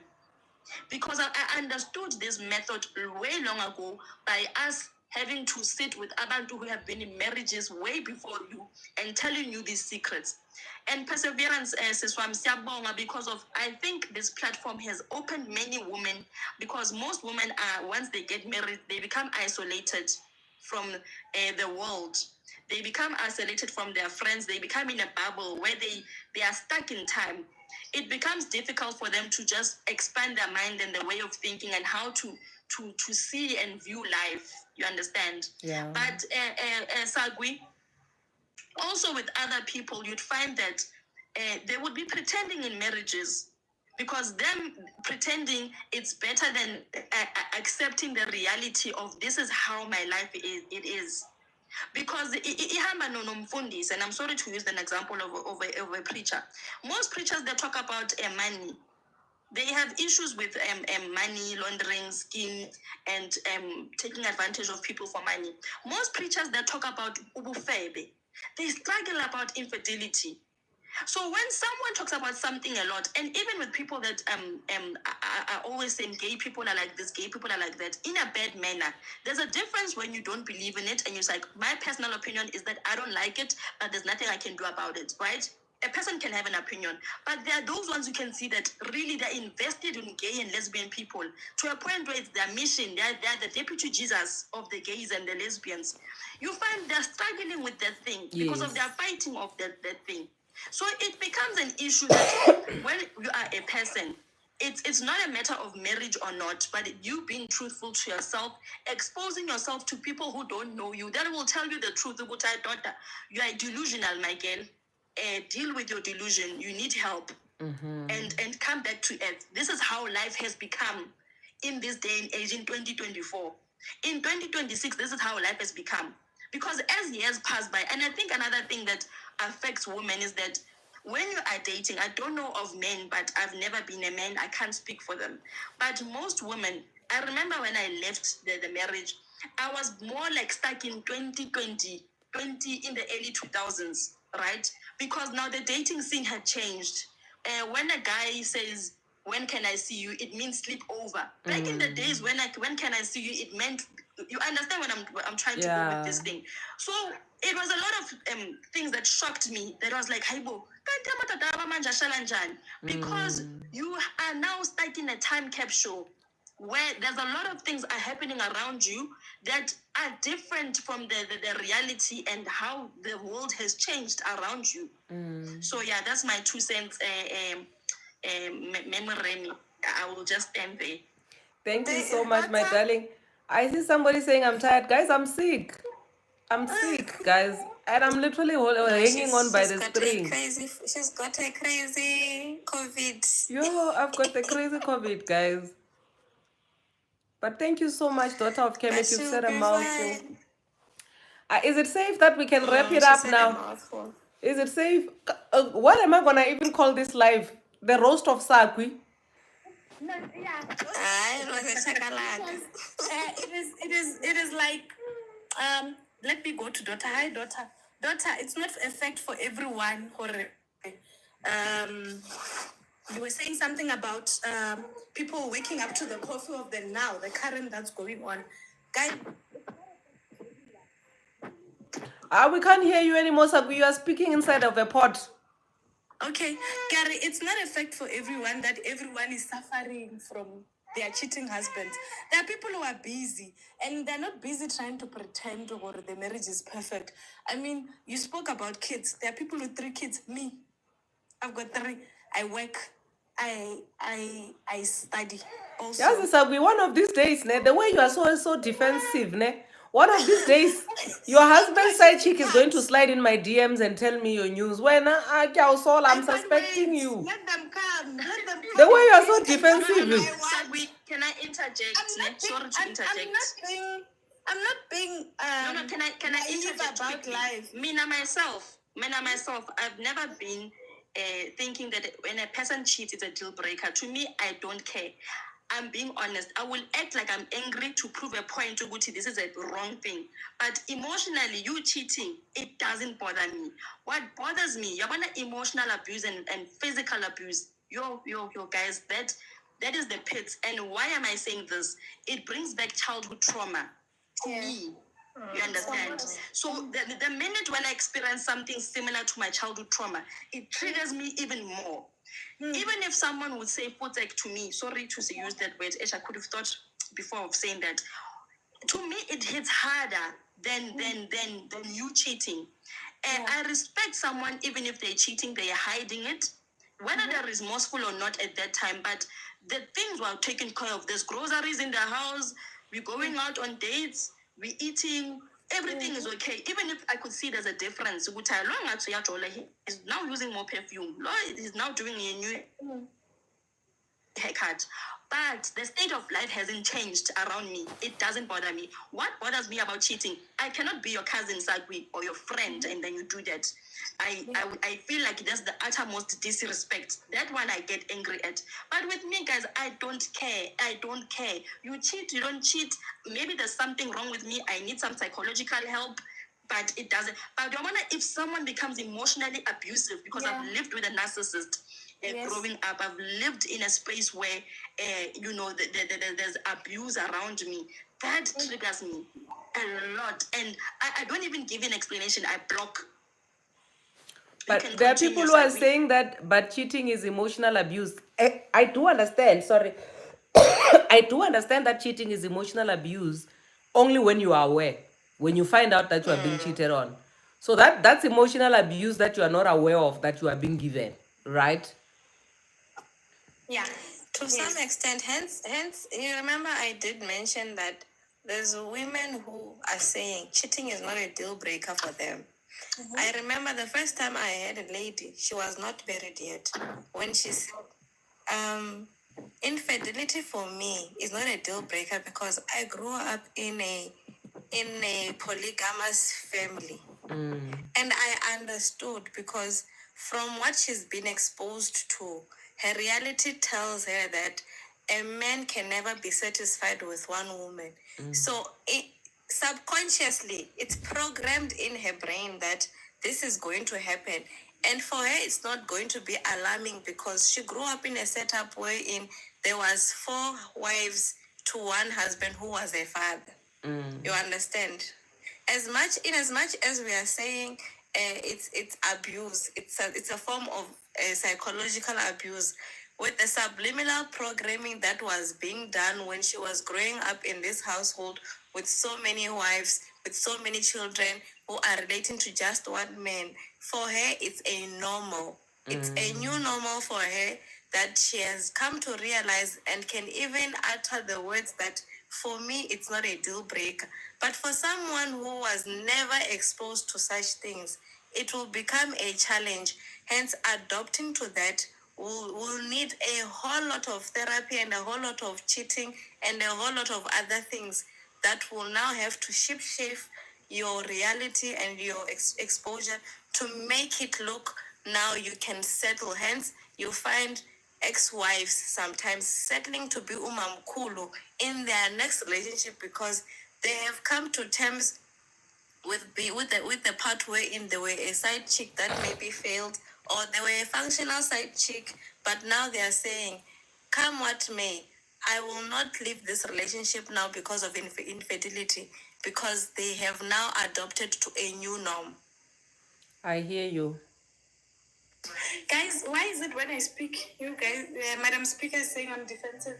I must not speak my point. Speak your point, my sister. No, Sagwie, it's not about your point. There's no point where I said that my husband does not have a side chick. I am saying that I don't have time to look for those things because I'm busy with my own life. There's no way. Sorry, my sister, I apologize. Can I apologize? How? Sagwie, I'm sorry, my dear. Because everybody's acting like I'm living in a dreamland where I think my husband is made of. Ngikupa umswarelo ke, ngikupa umswarelo Sagwie.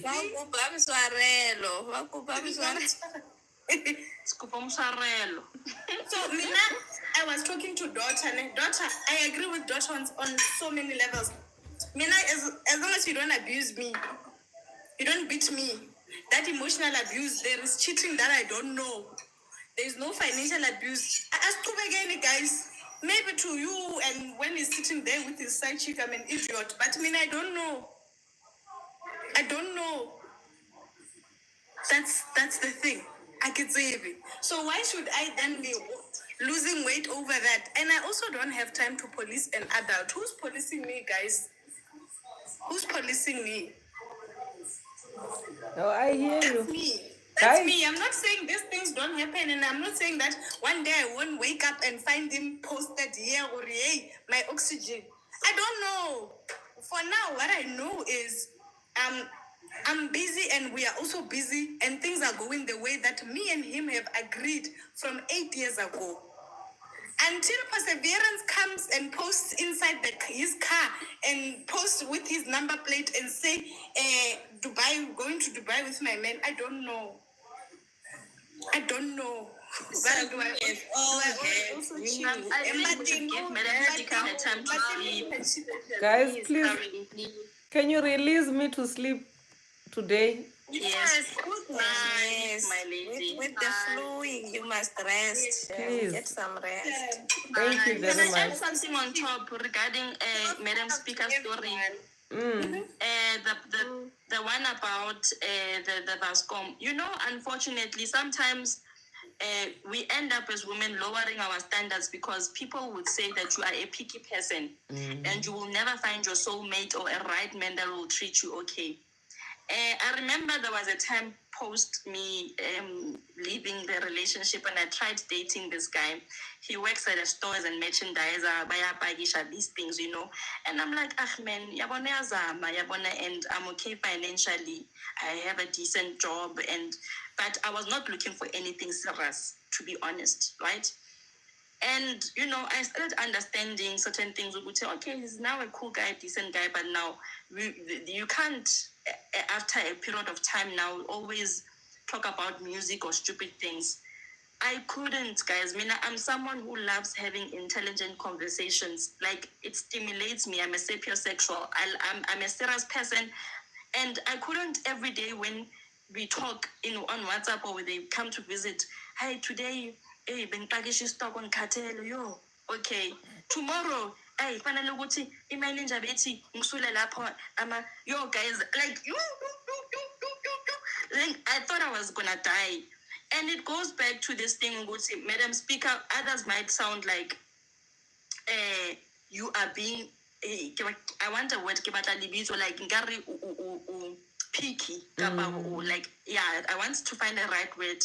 But it goes back to these things, Uguti. When someone has intentions of upgrading their life, you can see, Uguti, babe, I have a Vascom, but I've been having a bathtub that I've been planning to buy and install, or a geyser over the past month or 2 months, and I've been having issues.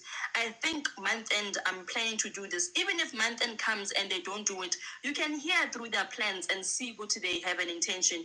You cannot, as a man, and I'm switching, I don't want it to be looking like it's a woman's life. invest in someone who only talks about jwala and parties and friends and dikarete. There's nothing wrong in that, but there's a criteria for those people that want that type of person, right?